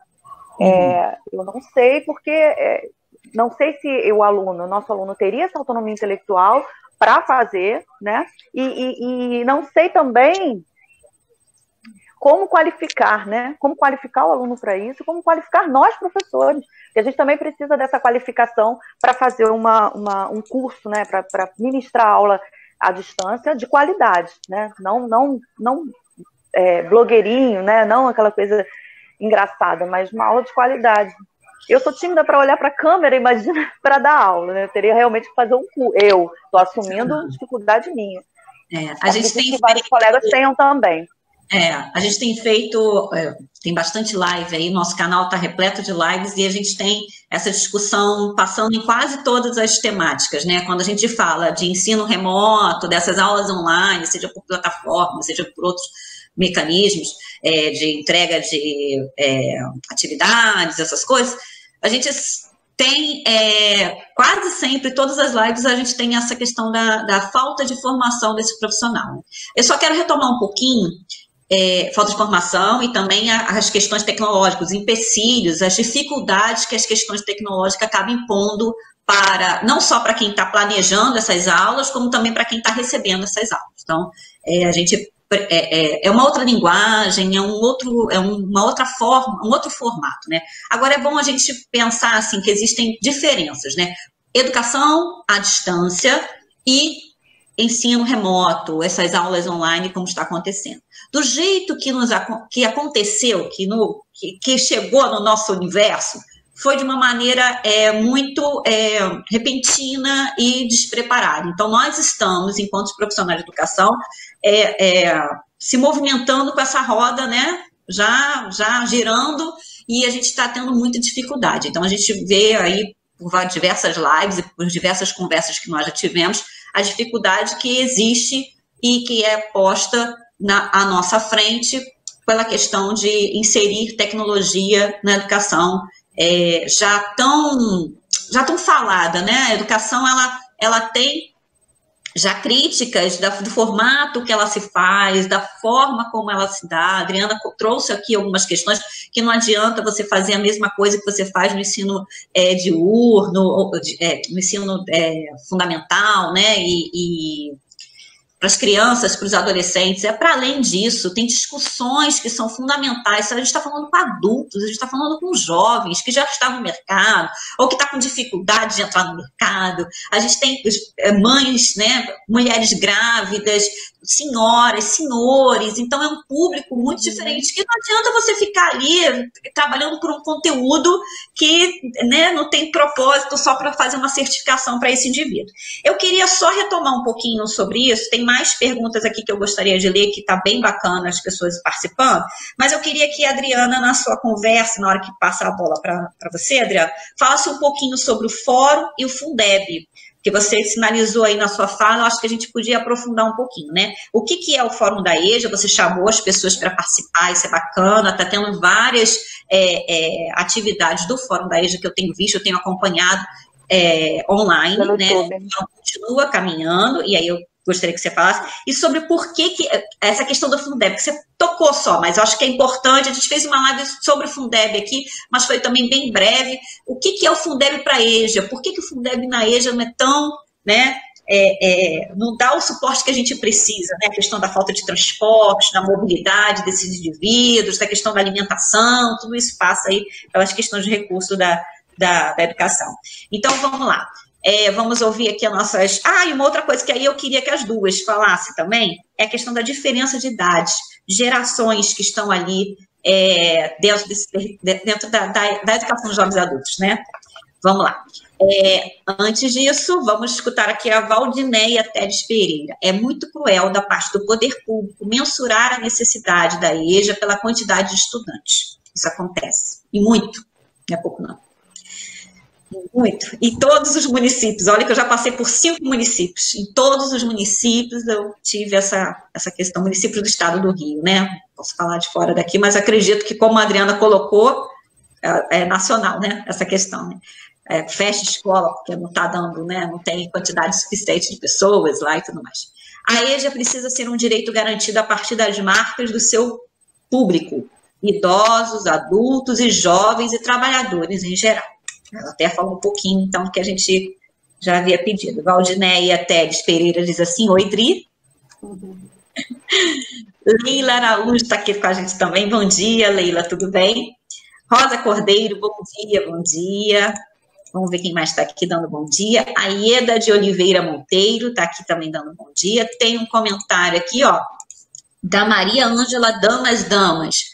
Para de trabalhar em plataforma e passa a trabalhar com um aplicativo que todos têm acesso. Ó, trouxe uma dica aqui, ó. E a Ieda de Oliveira Monteiro diz aqui: Maria Ângela fala sobre os aplicativos. Neste período de pandemia, percebemos o quanto o WhatsApp foi útil. Creio que isso contempla a fala da Flávia. Creio que 99,9% possuem WhatsApp. Pode ser utilizado como nosso segundo quadro negro. Ela pergunta, perdão. Pode ser utilizado como nosso segundo quadro negro? É uma posição aqui para perguntar. E a Valdineia acrescenta, ó, Valdineia Teres Pereira, fomos pegos de surpresa. Apesar de ser uma coisa que parece que já estava anunciada há muito tempo, mas para a gente chegou como se fosse foi uma pandemia, né? É uma pandemia, né? Então chegou nos assustando mesmo. Malafaia, Rafa, coloca aqui: a tecnologia está aí e vai tomar conta de muitas coisas. O que acontece é que veio antes do tempo devido à pandemia. Mas tendo um preparo dos profissionais, dá certo. Só com as crianças tem que ser presencial. Viu? A posição de Malafaia aqui, ó. E Ellen Silvia Ribeiro também está aqui com a gente. Bom dia, companheira, tudo bem? Bem, quem é que começa? Adriana, de novo? Pode ser. Pode ser? Então, tá contigo, Adriana. Pode ser. Eu vou começar pelo Fundeb, que você me perguntou. O Fundeb, ele não deixa de ser uma conquista para a EJA, porque lá na Constituição de 88 e depois na LDB de 96, a gente fala que a EJA é direito, né, garantia direito para todos, mas nós não tínhamos uma verba específica. E isso impossibilitava que os municípios eles aplicassem verbas, porque eles diziam que não tinha, né? Não tinha verba específica para a educação de jovens e adultos.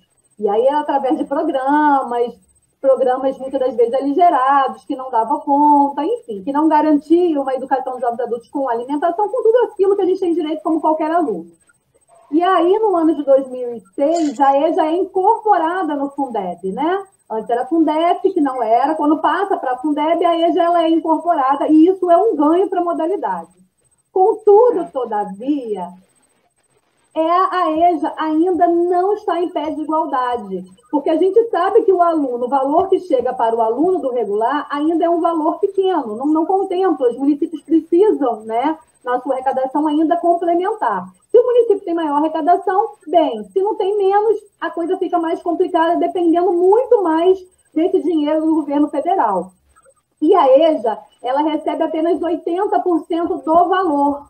Então, por exemplo, eu não sei quanto está esse ano, mas se o valor que é por aluno são os R$2.000, um exemplo, agora é 2.000 e alguma coisa, para a EJA é 80% disso. Então, é muito complicado, porque aí o município precisa ainda mais, quer dizer, entrar, investir ainda mais, e a gente sabe, se a EJA ainda é vista de forma ainda não entendida como direito, é muito mais complicado, né, fazer com que a gente garanta essa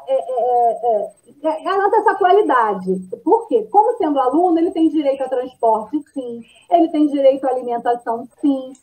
Os professores, né, precisam ser pagos. E, efetivamente, a gente sabe que é uma briga que às vezes que os professores sejam professores concursados. Eu lembro que, quando eu passei no concurso, eu briguei para estar na EJA, né, entendendo, porque geralmente querem colocar professores com dobra, porque nessa ideia, mas a EJA pode acabar, então eu vou colocar professor de matrícula. Ainda é uma briga muito grande da gente brigar para o nosso lugar, que a EJA sejam professores concursados, professores com matrícula, para que a gente invista em formação continuada e esse sujeito amanhã não saia de lá, né? Porque a gente sabe que precisa investir em formação continuada muito forte na educação de jovens adultos. Então, a inclusão da EJA no Fundeb, ele é um ganho? Mas ainda a gente precisa avançar, porque não é equitativo em relação ao aluno do ensino regular. A gente ganha apenas 80% do valor, e isso acaba sendo um problema seríssimo, porque a gente diz novamente que a EJA fica no lugar inferior.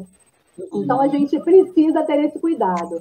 Vou retomar a fala de alguns colegas. Por exemplo, eu tenho percebido aqui na rede de Itaboraí, todo mundo muito engajado, os professores profissionais, não só a plataforma, tem escola que está entregando materiais impressos, tem escola que está mandando por WhatsApp.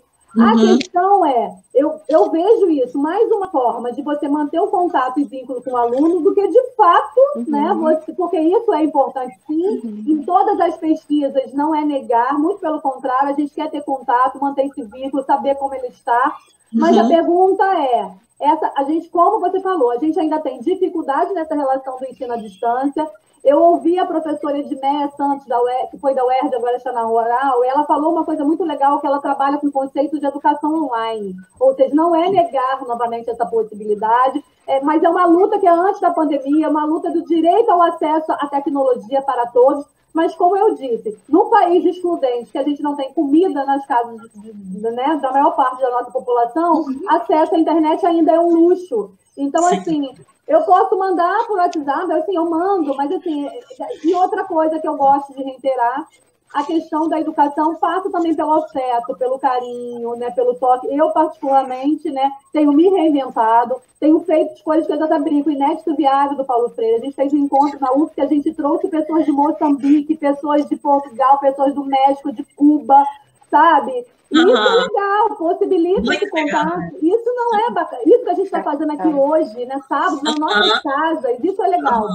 Agora, isso não substitui a educação presencial, que é o toque, é o afeto, né? A aprendizagem. Eu acho que os nossos alunos, sim, eles podem, mas, assim, tem outras coisas, elementos na educação que passam também. Então, a gente tem que tomar muito cuidado para o capital não se apropriar disso, né? Isso. E não fazer disso uma mercadoria que, ao invés de fortalecer a educação pública, ela, na verdade, ela vai enfraquecer.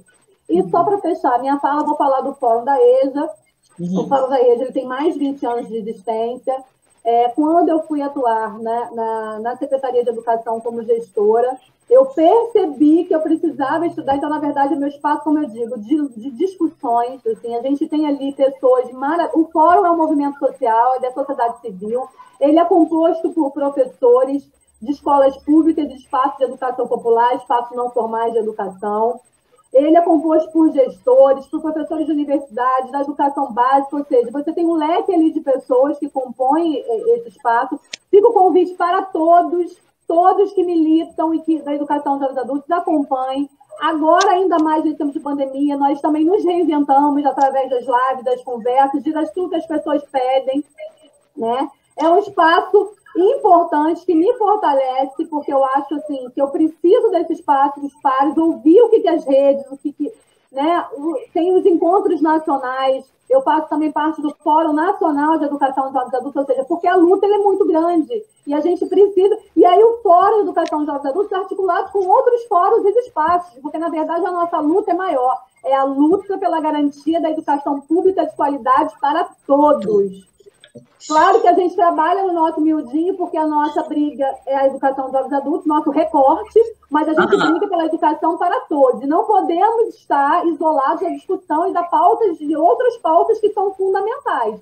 Como eu disse aqui, né? A pauta da educação antirracista, a pauta da educação para idosos. E aí, só respondendo o que você me perguntou, temos que ter uma escola de EJA, né?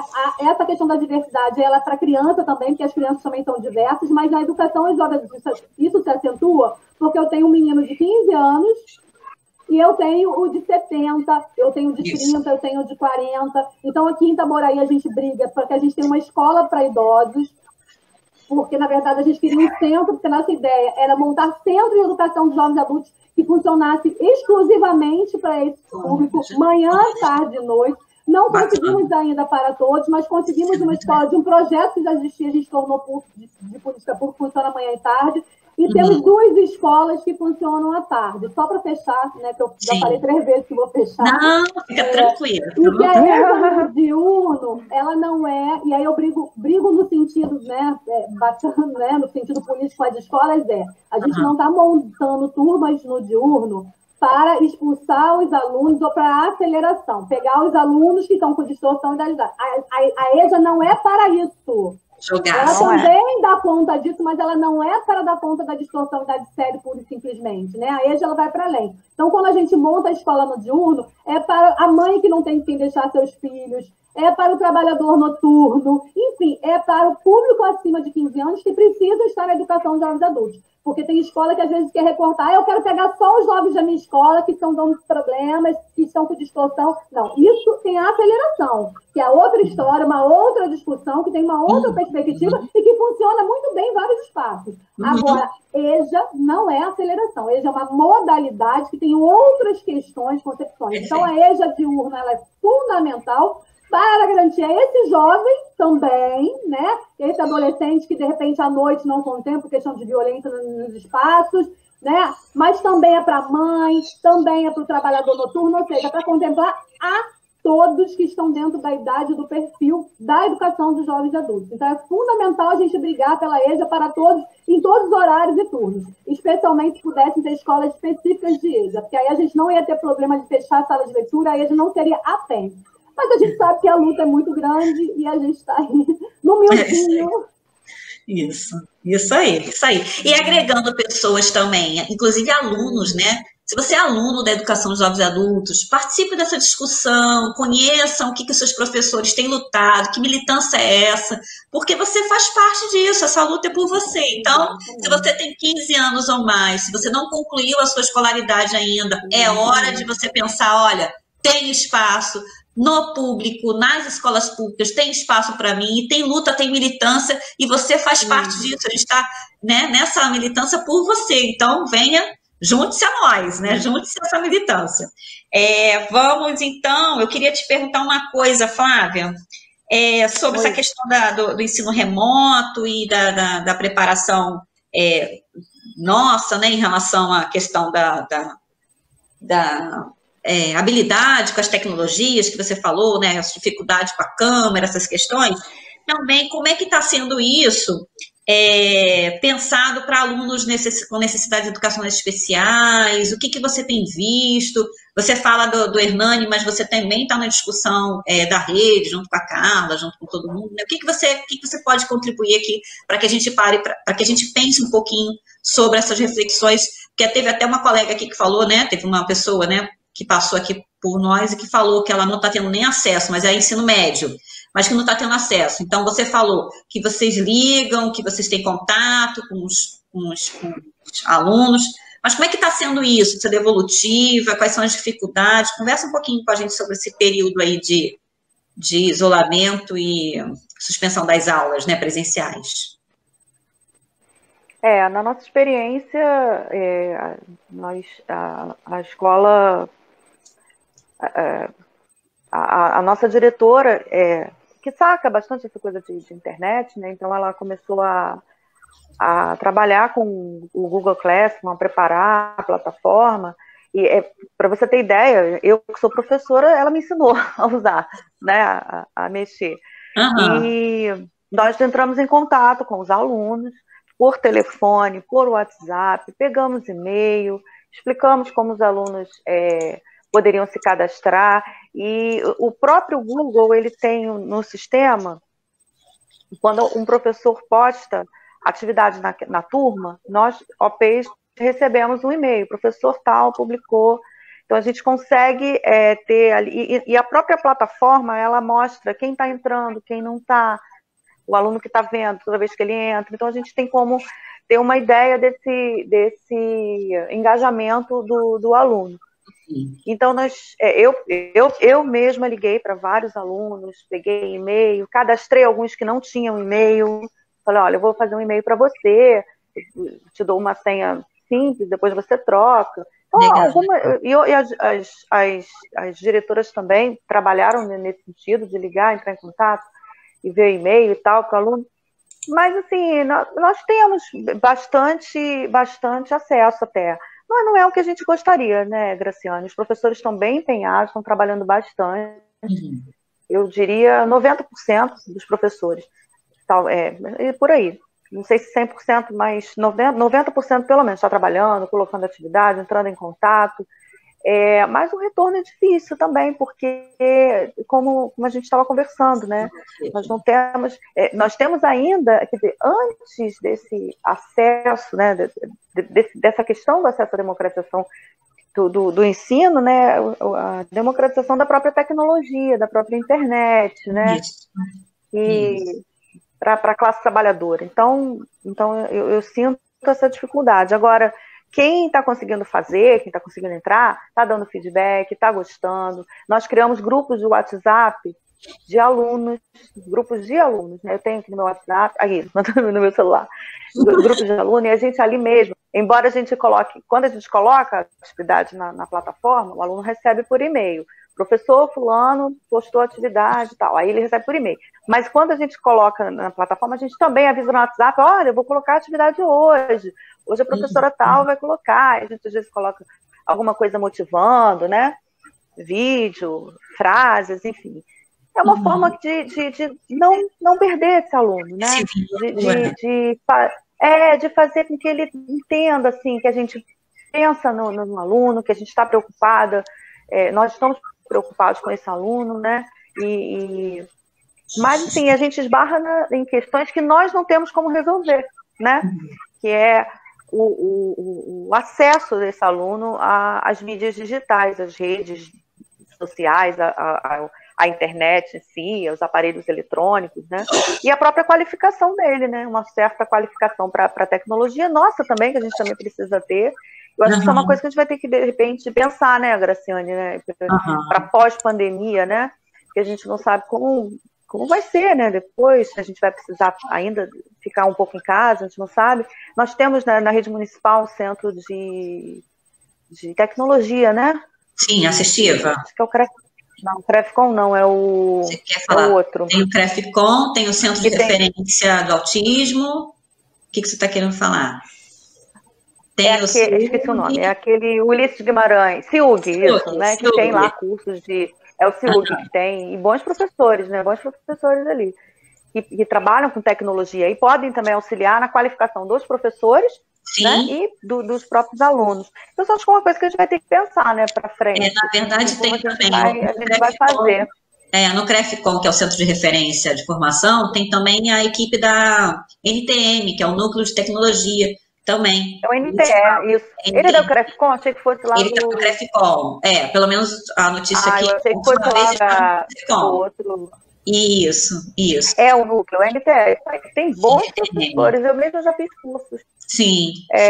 Fiz cursos inclusive, você falou sobre isso, a gente vai retomar só um pouquinho aqui, ó, que o Malafaia Rafa coloca aqui, a tecnologia está ainda, já li, mas é bom a gente retomar, que é a questão do preparo do profissional, que dá certo, com crianças aqui tem que ser presencial. Então, em relação a isso, a gente também passa por uma mudança dentro da escola, que eu acho que é importante a gente falar, que a gente tinha muita dificuldade até então, acho que agora depois desse salto que a gente teve que dar na tecnologia, né, que todo mundo teve que se jogar nessa praia, vamos dizer assim, né, se jogou nessa piscina, mas a gente tinha muita dificuldade em trabalhar com tecnologia dentro das escolas, a gente tinha muitos professores ainda com dificuldade, resistindo, até porque também tem um posicionamento político que até a Adriana colocou um pouquinho, né, que o capital não pode se apropriar, educação não é mercado, não é mercadoria, não é algo para ser entregue, não é algo que seja instantâneo. Então, quando a gente fala de plataforma que controla, né, como a Flávia colocou, né, a plataforma ela te dá uma resposta imediata. Isso é bacana, é bom, né? A gente vê de um lado positivo, mas a gente também pode ver de um lado negativo. Porque quando você faz todo um controle, um monitoramento disso, você controla corpos, você reduz aquilo que é tão amplo, reduz a simplesmente você estar presente, você cumprir uma tarefa, você sair da tarefa, que hora que você entrou, que hora que você saiu, ao tempo. Então, tudo isso é muito complicado. É uma questão inevitável, sim, concordo com você, Rafael Malafaia, né, que é a questão de que a gente precisa se inserir, o mercado está aí com a tecnologia chegou para ficar e cada vez está aumentando mais, e a aceleração disso, de como é que muda isso, é muito intensa. Então, eu tive o privilégio de trabalhar com XT, com tabela ASCII, com aquela tela preta, entendeu? Com a tartaruguinha. Eu dei aula de tecnologia educacional. Então, na época que eu dei aula de tecnologia educacional, os professores não queriam nem saber de computador. Então, um laboratório específico, onde eu tirava as crianças dentro de sala de aula e levava para dentro desse laboratório para ensinar aquilo ali. Aí, depois comecei a ensinar Word, Excel, né? Então, assim, a tecnologia chegou na escola com muita dificuldade, muita resistência também, por todo um contexto, tem toda uma significação nisso, não é tão simples assim de explicar, mas eu queria estar falando um pouquinho sobre isso. E, assim, eu me lembro, cheguei a contar numa live de um curso que eu dei no Centro de Formação de Búzios, e da resistência que tinha, por exemplo, até do uso do celular. Né, o uso do celular dentro de sala de aula, alguns professores não queriam, não achavam legal, porque ele é testado a todo tempo. A tecnologia te traz uma resposta tão imediata que o profissional é testado. Isso a gente consegue ver até nos médicos, né? Você pode ver, se você chegar no médico e dizer assim, não, já consultei no Google, e o Google já me disse que eu tenho isso. Você pode me passar um remédio? Poxa, te traz assim um salto. Como assim? Né? O que eu estou fazendo aqui? Então, tem toda uma discussão passando por essa questão do acesso tão rápido à tecnologia. Porém, tem uma outra questão. A tecnologia não está em todos os lugares. O acesso à internet ele não está democratizado. O acesso aos meios de comunicação não está democratizado. Até de rádio, de televisão, não está. Né? Então, a gente precisa pensar em estrutura não só de tecnologia para ter o acesso às pessoas e o acesso remoto às aulas, mas também de esgoto, de saneamento básico, de água, né? de comida. Então, a gente precisa humanizar mais, é mais do que trazer tecnologia, é humanizar todas as relações, porque tem muitas políticas para serem pensadas aí. Quando a Adriana coloca, por exemplo, que sozinha a escola não consegue mesmo, Não consegue, não dá. A escola não tem que dar conta de todas as mazelas da sociedade.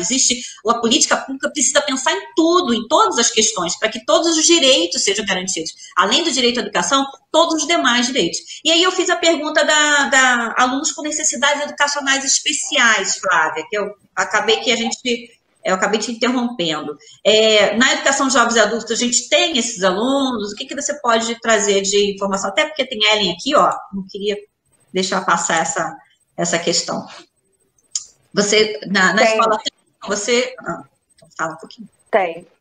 Tem alunos portadores de necessidades especiais, tem professores, a nossa escola tem atualmente duas professoras de apoio especializado, professoras de apoio especializado, que estão fazendo o possível também, né, dentro da plataforma do Google Classroom.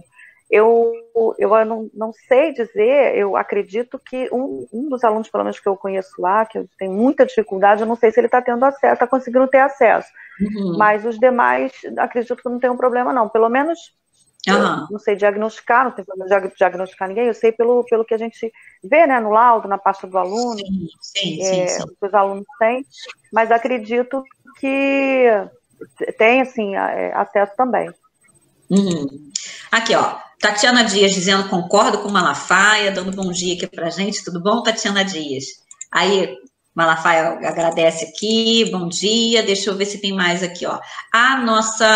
Aqui, ó, fala necessária, Adriana, quem é que falou? A Valdineia falou aqui, ó, fala necessária, Adriana, a Elizabeth. Tem alguém, Adriana, ou Graciane, tem alguém que perguntou aí nos comentários sobre o primeiro segmento, né? Eu trabalho no Hernani Faria com o primeiro segmento também. E a nossa dificuldade no primeiro segmento tem sido mais uma de alfabetização. Para esse ensino, né, remoto. Os alunos que já sabem, os alunos que não sabem ler têm uma dificuldade imensa, né? E nós também temos dificuldade em elaborar atividades que possam ser colocadas nessa plataforma e possam ser acessadas por esses alunos. Temos muita dificuldade. Uma das alunas que entra em contato comigo, ela pelo WhatsApp, ela não sabe, ela sabe ler muito mal, mas ela usa o WhatsApp e ela fala no áudio.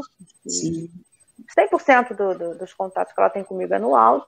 Ela tem muita dificuldade, ela precisa de ajuda em casa, e às vezes não tem. Ela conversou comigo, que eu acho que um filho que ajuda, um genro, acho que eu não lembro se é um filho ou um genro, que ajuda a fazer, e quando não está em casa ela não tem como fazer. Então, são especificidades, né, Adriana, do aluno de EJA, né?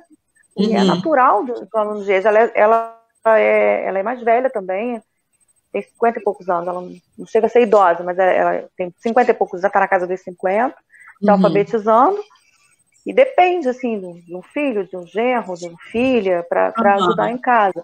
São as especificidades daí, problemas, desafios que a gente precisa enfrentar, e que a gente precisa, hoje mais do que nunca, né, se qualificar para conduzir melhor o trabalho, eu participo do fórum também, o fórum é excelente, o fórum tem discussões muito pertinentes, é bastante democrático. Eu acho que deveria, assim, o fórum deveria realmente nortear as políticas públicas, sabe, Graciane? Deveria nortear mesmo as políticas públicas, porque tem muita gente qualificada, assim, mesmo, muito boa no fórum de EJA.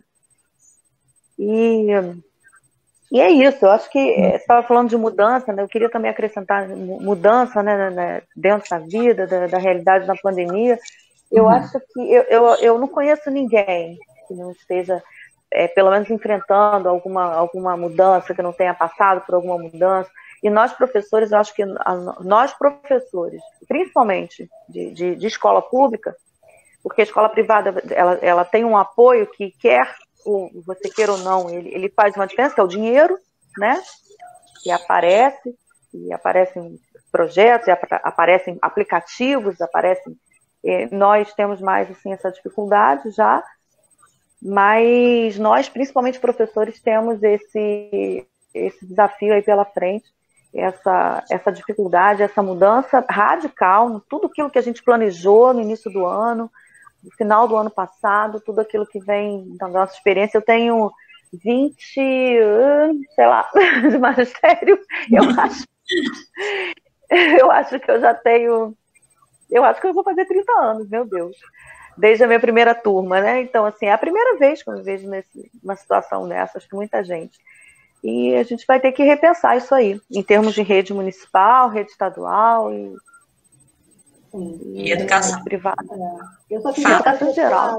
Eu queria aproveitar para falar que no dia 20 agora de julho, nós vamos ter uma live do Fórum da EJA falando sobre... Vocês estão me ouvindo?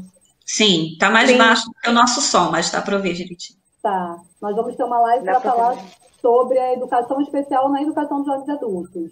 Porque a gente dia 20? Dia 20, tá? Vou mandar. Eu mando para você, depois você divulga. Manda para gente. Tá? Divulga. Porque e realmente é um nó para a gente. Antes da pandemia, agora na pandemia fica mais complicado e a gente tem que repensar. Então, dia 20, a gente tem dois convidados maravilhosos, duas convidadas. A professora Márcia Freitas, que fez um trabalho aqui, que é estudiosa no assunto, vai falar sobre essa questão, fez um trabalho em Itaboraí, enfim, tá? Então, esse tema é super importante. Uma outra coisa que eu só gostaria também de dizer, que é o seguinte, a gente precisa, eu acho que é exatamente o que você falou, a gente precisa brigar para diminuir a desigualdade social no país. Diminuir a desigualdade social, você automaticamente também diminui a questão da desigualdade, do acesso à internet, às novas tecnologias, porque a gente não está negando isso. Acho importante, sim, um acesso nas escolas, eu acho importante a gente aprender, né, essas ferramentas, porque isso é direito. Como eu brigo pela linguagem, eu também discuto cinema, como cinema de direito, que não seja um direito só da classe mais favorecida economicamente, que todo mundo tenha acesso a poder contar suas histórias através da arte, das suas outras linguagens. Mas eu acho que é isso. Se você diminui a desigualdade social, você possibilita que o outro, né, possa ter acesso e escolher, experimentar. Eu acho que é isso, né? Possibilidade dele. E perguntaram aqui, que eu só gostaria de reportar no chat, se para a EJA essa questão do ensino remoto. A questão é, as pessoas vão acessar, porque não adianta eu ter uma política e se essa política de fato não faz com que o outro acesse. Novamente, eu reforço isso. A questão não é o ensino remoto, mas o outro está acessando. E eu estou garantindo uma aprendizagem significativa. Se a resposta é sim, ok, bora, né? Vamos embora. Acho que é mais um caminho. Se não, eu tenho que pensar, né? Se isso de fato, com o tempo, a gente se dá. Não é só fazer por conta de dar conta do capital para dizer que eu tenho números e estou fazendo. Não é isso. A nossa preocupação é a garantia da qualidade. Não é só certificar, né? Não é só certificar. Então, não adianta eu ter um empenho e eu não ter um retorno. Eu acho que é disso que a gente está falando, né? Agora, a possibilidade de a gente ter formação para isso, para esses espaços, a gente não está negando, a gente está se reinventando a todo momento. Eu acho que isso é bacana e não é negar. Mas a gente tem que pensar na sociedade excludente e isso não pode ser utilizado como mais uma forma de exclusão. Eu acho que é isso que a gente tem que colocar na nossa pauta. Isso está provocando mais exclusões, né? Exclusão no sentido que é direito à educação para todos. Se eu tenho um de fora, eu estou excluindo. Então, é isso que a gente está. Não é negar, mas é repensar. E aí eu retomo aqui, repensar essa EJA pós-pandemia. O que eu quero, né? Eu quero reforçar a sociedade excludente, desigual, ou eu quero fazer uma sociedade mais justa e igualitária, né? Em todos os sentidos. Uma perspectiva crítica, ampla. Então, eu acho que é essa discussão que a gente precisa ter. E talvez para isso a gente precise mexer em várias estruturas, né? Mexer e coletivamente. E reforçando, o Fórum EJA somos todos nós, tá? Todos nós. Então, assim, todos nós temos esse compromisso ético e político com essa parcela da sociedade. Perfeito, perfeito. Uma outra questão também que passa na minha cabeça... Pode falar. Não, eu ia só complementar o que a Adriana falou, sobre pensar a EJA pós-pandemia. Uma coisa que me preocupa muito, não sei se vai dar tempo ainda de a gente discutir, Adriana, é esse retorno às aulas presenciais. Como vai ser esse protocolo? Porque a EJA, é claro que todas as vidas, a gente não precisa dizer o óbvio, né? Mas a gente vai dizer para reforçar, todas as vidas são importantes. Precisa. todas as pessoas são importantes, mas nós temos, assim, na EJA, alunos idosos, uma quantidade né, considerável de alunos com diabetes, até por conta da idade mesmo, obesidade, pressão alta, alunos mais senhores e senhoras que têm dificuldade de subir as escadas, né, na escola. Você imagina num retorno. Isso me preocupa muito, Graciane. Esse protocolo me preocupa muito em relação a isso. Como nós vamos voltar? Como um aluno com 60, 65 anos, nessa casa a partir de 55, não vou colocar nem 60, né, e com outras comorbidades, vão voltar? Como vai ser essa volta? Isso é um assunto que me angustia um pouco, sabe?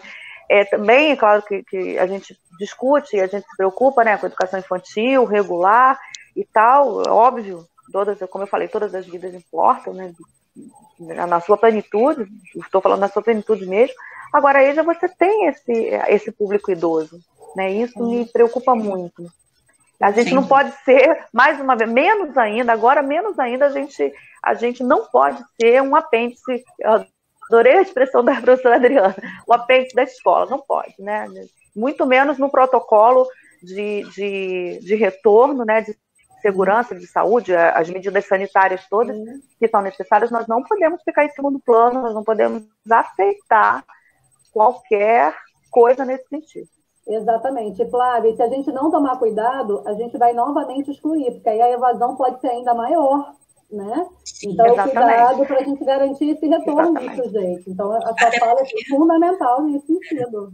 Até porque o medo, né? As pessoas, quer dizer, já evade uma série de coisas, e agora com medo de chegar na escola e passar ou pegar e tudo mais, aumenta ainda a dificuldade do aluno estar dentro da unidade. Então, o que a gente precisa é pensar nesses protocolos, né? E aí, em relação a isso, o fórum tem algum trabalho já traçado de como é que vai discutir essa questão dos protocolos nas escolas para retorno, Adriana? Então, nós fizemos, a gente está estudando muito, né? A gente está acompanhando os protocolos sanitários, né? Que a Fiocruz, os dados estão dizendo para a gente. Hoje, o nosso posicionamento aqui... Teve uma live ontem, não teve, Adriana? Eu acho que teve uma live ontem. Não, toda quinta-feira... Ou vai ser hoje? Não, a gente tem uma live. Eu recebi alguma coisa sobre a pandemia.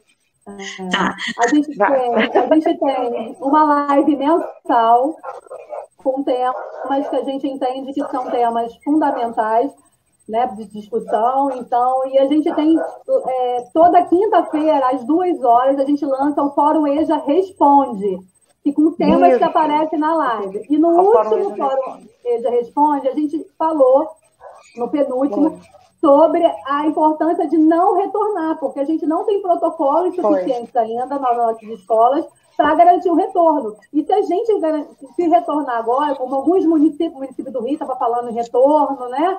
Como você retorna sem ter minimamente garantido? Isso é o genocídio. Então, o posicionamento do Fórum EJA é que a gente só pode retornar quando, de fato, os protocolos forem garantidos, né? Minimamente de higiene, de distanciamento, tem uma série, e hoje a gente não tem isso. Então, a gente fala, né, não tem condições de ter retorno em nenhuma esfera, porque o Estado também estava ventilando isso, então a gente tem que tomar muito cuidado. Nosso posicionamento não tem como voltar, porque nós não temos protocolos sanitários que sejam de fato garantidos e não temos clareza em relação a isso. Tá? Então, esse é o nosso posicionamento atual. Beleza. Aqui, ó. Elizabeth Brito de Souza fala maravilhosa, e Valdineia Tedes Pereira fala necessária, Adriana. Heloísa também Souza está aqui, Adriana Eja. Coloca aqui. Peraí que eu não posso perder isso aqui, peraí. Ó, Elizabeth Brito de Souza, EJA é resistência? Maristela de Acer traz uma pergunta. Bom dia. Na opinião de vocês que trabalham com a EJA, esse modelo de ensino remoto poderia ser um recurso a mais e permanente para jovens e adultos? Peraí. Guardaram a pergunta? Guardaram aí? Então, Cláudia Fernanda Saldanha também está aqui com a gente, que bom. Oi, Flávia. O contexto da pandemia, de forma positiva, provocou aprendizagem necessárias à prática docente? Eu não sei se é uma pergunta, não é uma pergunta, né? Acho que é uma afirmação. Não é uma afirmação. É uma afirmação. Exatamente. Certíssima, professora Cláudia. Certíssima. De forma positiva, provocou aprendizagem necessária. Sim, claro. Márcia Se Anjo. reinventa, né? Olá, fui eu que perguntei. Uma das maiores dificuldades é a organização do material didático por conta da alfabetização. Isso mesmo, Márcia, isso mesmo. E aí você vê, né, realmente estamos desafiados aí, como é que a gente vai tratar da questão da alfabetização na educação dos jovens e adultos. Tatiana Dias, interessante essa colocação da Flávia. A tecnologia está aí. E independente das dificuldades de agora, faz-se necessário nos educadores e sociedade em geral pensarmos em formas de trazer esse mundo tecnológico a favor da educação para sempre. A Patrícia Leal Sodré traz aqui, ó, bom dia, amiga Flávia, parabéns pela live.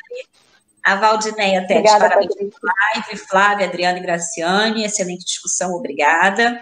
A Cláudia Fernanda Saldanha, devemos repensar a inclusão digital pós-pandemia. Isso mesmo. Então, antes de responder, antes de vocês responderem, deixa eu só pedir uma coisa.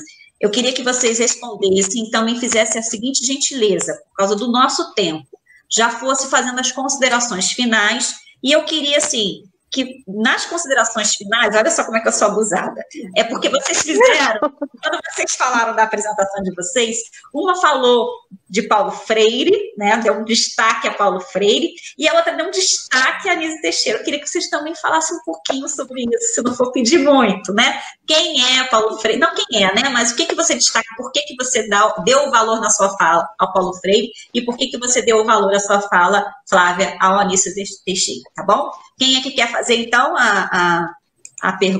responder a pergunta e tem uma fazer resposta aí. Pode repetir a pergunta, Graciane, por favor? Claro. Vou lá pegar a pergunta aqui para a gente poder não perder. Acho que foi a Maristela, não é isso? Foi essa pergunta aqui, ó. Na opinião de vocês que trabalham com a EJA, esse modelo de ensino remoto poderia ser um recurso a mais e permanente para jovens e adultos? Foi essa. Acho que é só essa, não é, gente? Acho que é só. Foi só uma. Foram comentários. E aí, quem quer falar? Quem quer falar e fazer as considerações? Quer iniciar, Flávia? Pode começar. Posso, claro. Interessante essa pergunta dela, porque eu acho que poderia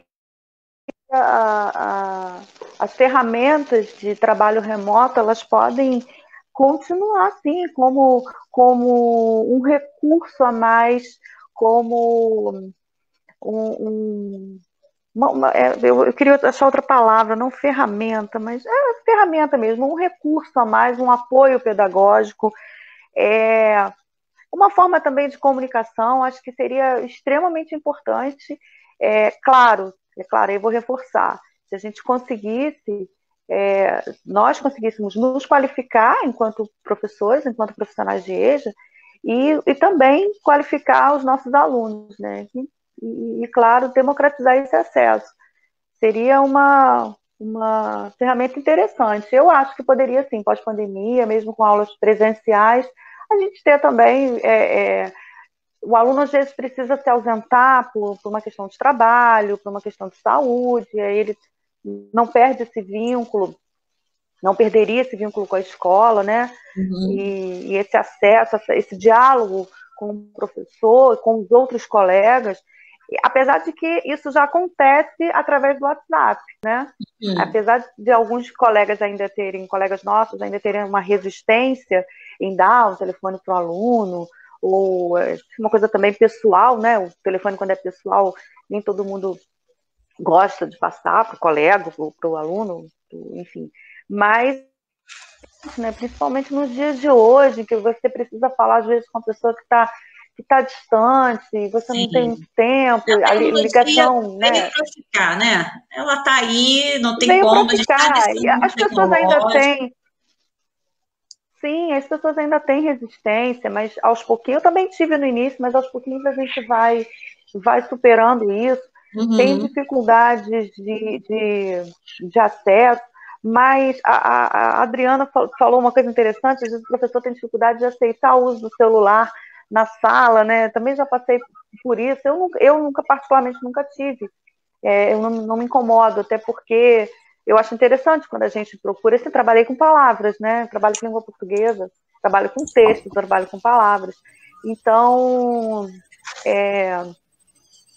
a gente, às vezes, eu mesma ensinava os alunos, olha, tem um site bacana que vocês podem, às vezes, abrir uma sala através do Google, olha, tem um site legal que vocês podem olhar, sobre gramática, que ajuda, que tem apoio, mas isso assim, tipo, anos 2000 e pouco, sabe? No início, alguns alunos tinham acesso, e dicionário online, isso é ferramenta. Você está falando do tempo, né? A gente tem pouco tempo. Peraí que fiquei com essa cara horrível. Olha que situação aí. Peraí. Tá horrível nada, tá bonita. Considerações. Faz as considerações para mim, por favor, e coloca aí um pouquinho do Anísio. Já para encerrar agora, né? Isso, assim, eu fui trabalhar nessa escola, muito...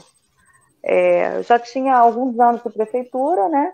E fui trabalhar nessa escola, ela assim que ela foi inaugurada, acho que 1 ano ou 2 depois, que eu fui trabalhar lá, e era uma escola extremamente atuante, no sentido de parece que a impressão que a gente tinha é que a Secretaria de Educação, em vez do professor escolher, porque nós escolhemos as escolas, a Secretaria pegou e pincelou todo mundo que militava pela educação popular, sabe? E tinha uma equipe, assim, que era extremamente atuante, extremamente militante. Então, era uma escola assim, muito, muito gostosa de trabalhar. O pessoal muito comprometido com projetos, tinha uma direção também comprometida. E a referência do Anísio, assim? E a referência do próprio Anísio Teixeira, né? Sim. Que é uma figura muito importante e que a gente tinha... eu nunca imaginei, eu tenho muita coisa com nome, né? Eu trabalhei em escolas, Graciane, com nomes que, por exemplo, não a escola, o nome Castelo Branco. Então, assim, é um nome difícil de você digerir, né, por causa da ditadura. Eu trabalhei num CIEP da rede estadual que se chamava Pablo Neruda. Eu achava tão legal trabalhar dentro de um CIEP cujo nome era Pablo Neruda, por causa da poesia. Então, quando eu trabalhei, eu fiz dobra também no Paulo Freire, da rede municipal. E essas referências de educadores importantes, populares, poetas importantes, eu nunca trabalhei, por exemplo, no Carlos Drummond de Andrade, mas eu achava lindo assim, é uma coisa minha com o nome. E essa escola tinha esse perfil de pessoas muito comprometidas mesmo com a educação popular. Sim. E eu achava que isso tinha toda a relação com o próprio nome da escola, né? Sim. Então, o que você deu de mensagem para a gente aqui, para a gente poder... Eu estou preocupada com o tempo da nossa live. Desculpa. Tá, vamos finalizar então. Não, imagina, já está na hora. Agora eu olhei ali no celular. Não, aqui em cima, 1h47 de live. O que eu deixaria, eu acho que tem muito a ver com a minha preocupação atual, Graciane, é que a gente, quando houver, né, quando chegar a hora desse retorno, a gente discuta, a gente reflita e a gente se imponha para que a gente não deixe nenhum protocolo de segurança, para que a gente não aceite qualquer coisa, para que a gente não aceite ter o segundo plano, sabe? Para que a gente tenha todos os meios seguros para a gente voltar para a sala de aula, principalmente nós que temos alunos com comorbidades e que temos alunos idosos. Essa é a minha grande preocupação. Então, assim, eu queria convidar as pessoas também que estão nos assistindo, nossos colegas, para essas falas no Fórum EJA. O Fórum EJA Responde, que é muito bom. Não, geralmente é curtinho o vídeo, não é nada muito longo, bem fácil de compreender e muito relevante. E deixar um abraço também, mais uma vez, Graciane, obrigada pelo convite. Tá? Foi um prazer. Adriana também. Eu que agradeço. Foi um prazer conversar com vocês. Obrigada por aprende muito. Com certeza. Agora é contigo. Fala, Adriana. Eu queria começar agradecendo a possibilidade do diálogo. Eu vou trazer uma amiga minha do Fórum EJA, Amanda, ela sempre diz assim, hoje é um bom dia para falar da EJA, né? Para mim, que sou militante, todos os dias são bons dias, mas eu queria agradecer, foi um bom dia, obrigada, Flávia, obrigada, Graciane, a todos os companheiros aqui que nos acompanharam, a minha amiga Tatiana, Dias, que é uma guerreira também na luta incansável pela educação pública, como eu disse, Valdineia, Heloísa, enfim, tantos outros. Eu queria retomar uma palavra que foi dita, EJA Resistência.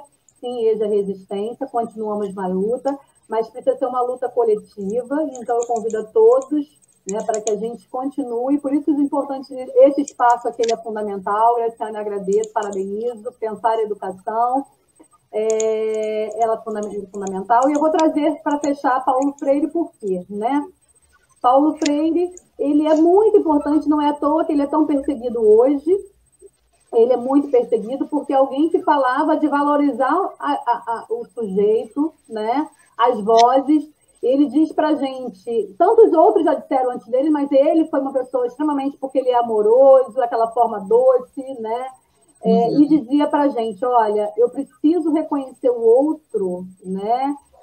Como sujeito potente, como sujeito, a experiência do outro, não negar essa experiência, não existe saberes mais ou menos, existem saberes diferentes que se complementam. Para a educação dos jovens adultos, isso é fundamental, reconhecer esse sujeito da educação dos jovens adultos como um sujeito que tem um conhecimento maravilhoso e que a gente tem um outro conhecimento, que somos professores, e que a gente vai fazer a articulação desses saberes. Nós temos esse saber escolar e tem tantos outros, e a gente vai articular e promover novas aprendizagens. Eu acho que esse é o papel fundamental da escola, e ele vai dizer da importância dessa escola. Algumas pessoas acham, a gente briga para que os princípios da educação popular estejam dentro da escola pública em todos os espaços que a gente atua, princípio da democracia, né, da construção coletiva, eu acho que isso é fundamental, e principalmente para um país menos desigual. Freire falava que a gente precisa distribuir renda, a gente precisa dizer para o outro que esse outro está nessa condição não porque ele merece ou porque tem que ser assim, mas que existe uma construção política e que ele é possível, a partir de uma perspectiva crítica e da luta coletiva, propor mudanças. Eu acho que Freire é importante por conta disso, ele é atual, né? Por conta de dizer para a gente que é possível, um outro mundo ainda é possível. E continuar lutando para que a EJA durante e pós-pandemia, né, ela se fortaleça e ela continue sendo garantida para os sujeitos da EJA. Em linhas gerais, é isso, obrigada. E aí a gente continua discutindo em outros espaços, enfim. Eu que agradeço. E a gente tem que ocupar, temos que ocupar todos os espaços, né? Perfeito, gostei disso. Vamos ocupar todos os espaços, porque a gente precisa colocar a nossa voz, as nossas ideias, as nossas questões, para que ultrapassem barreiras que são postas aí. E aí, para completar isso, aqui a gente tem um comentário aqui da Brigada Voluntária, dizendo que, infelizmente, teve que deixar, né, vocês, mas gostaria de colocar como é que podemos colocar uma EJA em Manilha, no nosso novo núcleo. No caso, eu entendi mais ou menos, né, ele não está aqui agora, pelo jeito saiu, né, no sentido de colocar uma educação dos jovens adultos dentro do núcleo da Brigada Voluntária, acho que é isso. Então, você precisa procurar para ver parcerias, ou ver se no caso, como é Manilha e Itaboraí, né, Adriana? Sim, que aí precisa ver, então, tem que ver se não tem escola perto, antônio Então, nós temos aqui em Manilha, nós temos uma escola central, que é a escola Antônio Joaquim, uma escola que funciona à noite, uma escola, enfim, com uma direção muito comprometida com a EJA também, e temos escolas próximas, né? Então, precisa ver e procura a Secretaria de Educação, enfim, eu acho que esse é o movimento. Sim. E se tiver demanda, se você conhece gente que precisa, indica essas escolas também, né? Enquanto exatamente. Que provavelmente deve ter vaga, né? Deve ter como atender. Cláudia Paixão diz aqui, ó, Flávia, show. Que bom tê-la por aqui, Cláudia. A Elizabeth Brito de Souza, a interação diária, professor-aluno é necessária, pois diminui muito a evasão, isso é muito importante, Elizabeth, que você está colocando. A gente, quando a gente fala da tecnologia, né, que a gente está próximo, mas não é o mesmo próximo que é exigido pelos nossos corpos, né? A gente facilita, como a Adriana colocou, né? A gente tem a facilidade estar com acesso ao pessoal de Moçambique, de vários lugares, né, do mundo. Eu estou agora em Itaboraí, ao mesmo tempo estou lá na casa da Flávia, que eu nem sei qual lugar que ela está agora. E aí cada um está no seu lugar e está aqui discutindo. Então facilita muito. Mas nós precisamos, somos seres humanos, precisamos estar atuando coletivamente no mesmo espaço. A gente precisa olhar, sentir cheiro, vozes, olhares, né, sentimentos. Então, a gente tem essas necessidades. E o público da educação de jovens e adultos, a gente sente não é diferente da criança, né? Quando a gente coloca assim, a criança precisa do presencial e os jovens e adultos não precisam. Nem sempre. Vai depender muito da característica daquele indivíduo, né? Tem indivíduos que precisam ir muito desse contato próximo, não é a mesma coisa. Se ele tiver através de uma câmera, de uma tecnologia, ele não vai conseguir levar isso até o fim. Ele precisa muito de estímulo, de apoio do professor ali o tempo todo, acariciando o ego, dizendo que ele é capaz, aumentando a autoestima, ele precisa disso. E nessa relação tecnológica, isso não se estabelece como deveria se estabelecer, como se estabelece presencialmente. Então, é importante a gente colocar isso aqui. É legal, é bacana, a tecnologia mas ela não consegue atender a todos e todas, né? Nas suas peculiaridades, nas suas individualidades. Para ela se humanizar, ela precisa muita coisa ainda, né? A gente não tem o toque, a gente não tem a percepção que a gente tem quando a gente está próximo da pessoa, não é a mesma percepção quando a gente está através de uma câmera, né? Isso é importante colocar. Penso eu, né? Não sei se vocês concordam. Aqui, a Patrícia coloca algo importantíssimo aqui, ó. Patrícia Leal Sodré, escuta essa, Adriana e Flávia, ó. A inclusão digital está atrelada à inclusão social. É isso que a gente está falando. Não adianta você querer dizer que todo mundo tem, mesmo que seja acesso a dados, não sei o quê. Não é bem assim que funciona. Precisa ter inclusão digital, mas precisa ter inclusão social. Cláudia Fernanda Saldanha. Justiça social, né? Isso. Justiça social, né? Justiça social para poder conseguir justiça educacional, né? Porque existe desigualdade social e educacional, que está atrelando aí, tá cada vez acentuando mais com essa situação nova, né? Cláudia Fernanda Saldanha, live muito boa, obrigada, minha amiga, companheira. Tatiana Dias, muito legal, dizendo aqui, Elizabeth, muito bom. Ruth Ramiro, que bom, show essa live, muito importante essa discussão, compromisso com a educação dos menos favorecidos. Salve Paulo Freire, é isso aí. Salve Paulo Freire, fora Bolsonaro, salve Paulo Freire, fora Bolsonaro. Salve Paulo Freire, sempre atual e necessário, isso mesmo, Tatiana Dias, Valdinéia aplaude aqui, e a gente então finaliza essa live agradecendo de montão. Muito obrigada por vocês estarem aqui, ocupar esse espaço junto comigo, né, junto com a gente aqui, com as outras pessoas que estiveram conosco nessa live. Eu agradeço de coração, Flávia, muito obrigada pelo esforço aí que você fez, até da tecnologia, de se aproximar, de estar conosco. Adriana, desculpa aí o mal entendido das datas, que eu fiquei confusa.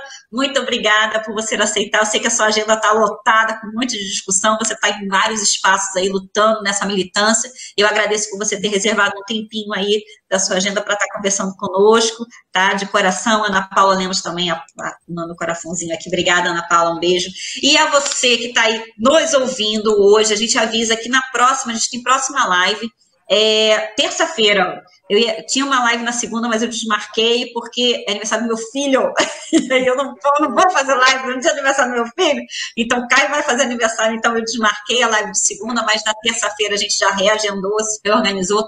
Na terça-feira a gente tem live, está aqui junto com você novamente, trazendo mais questões. Quero agradecer e lembrar que a gente está com um questionário da UERJ-FFP, do Coletivo Investigador. Então, quem não fez o preenchimento, se você é aluno da educação de jovens e adultos ou aluno da rede pública municipal de São Gonçalo, preenche o questionário de aluno. Se você é pai, também tem um questionário do aluno. E se você é professor, tem um questionário do professor. A gente, enquanto coletivo investigador, que eu faço parte também, então posso dizer a gente, né? O coletivo investigador quer saber como é que está preparado o seu ambiente, o que você tem de recurso, o que você tem de possibilidade para poder fazer esse trabalho online, esse trabalho remoto, como é que você está nesse momento. E aí, retomo a pergunta pergunta que eu fiz logo no início para você que está aqui nos assistindo. Eu fiz agora uma pergunta no Facebook, na parte da manhã, na fanpage. Quero saber o que mudou na sua vida de março para cá, depois que aconteceu essas notícias aí de isolamento, de pandemia. O que tem acontecido aí na sua vida? Compartilha com a gente e a gente vai pensar aí na possibilidade de a gente estar conversando mais sobre isso em outros momentos, tá bom? Mais uma vez, muito, muito, muito obrigada. Uma boa tarde. Eu vou mandar o link, vou botar o link, Tatiana, pode deixar. A gente vai botar o link no Facebook e também no YouTube, tá? Depois essa live também vai estar disponível no Instagram. Então, a gente tem aí o Facebook, o Instagram e o YouTube, esses 3 canais que estão disponíveis para a gente poder colocar nossas vozes em vários lugares ao mesmo tempo e discutir com as pessoas, conversar com as pessoas sobre temas tão relevantes como que a gente tem trazido, tendo a oportunidade de ter gente aqui conversando nessas lives, tá bom? Mais uma vez, obrigada, Adriana, uma boa tarde para você. Obrigada, Flávia, uma boa tarde para você, viu? Beijo grande. Obrigada, gente. Obrigada. Tchau, gente. Obrigada. Beijo.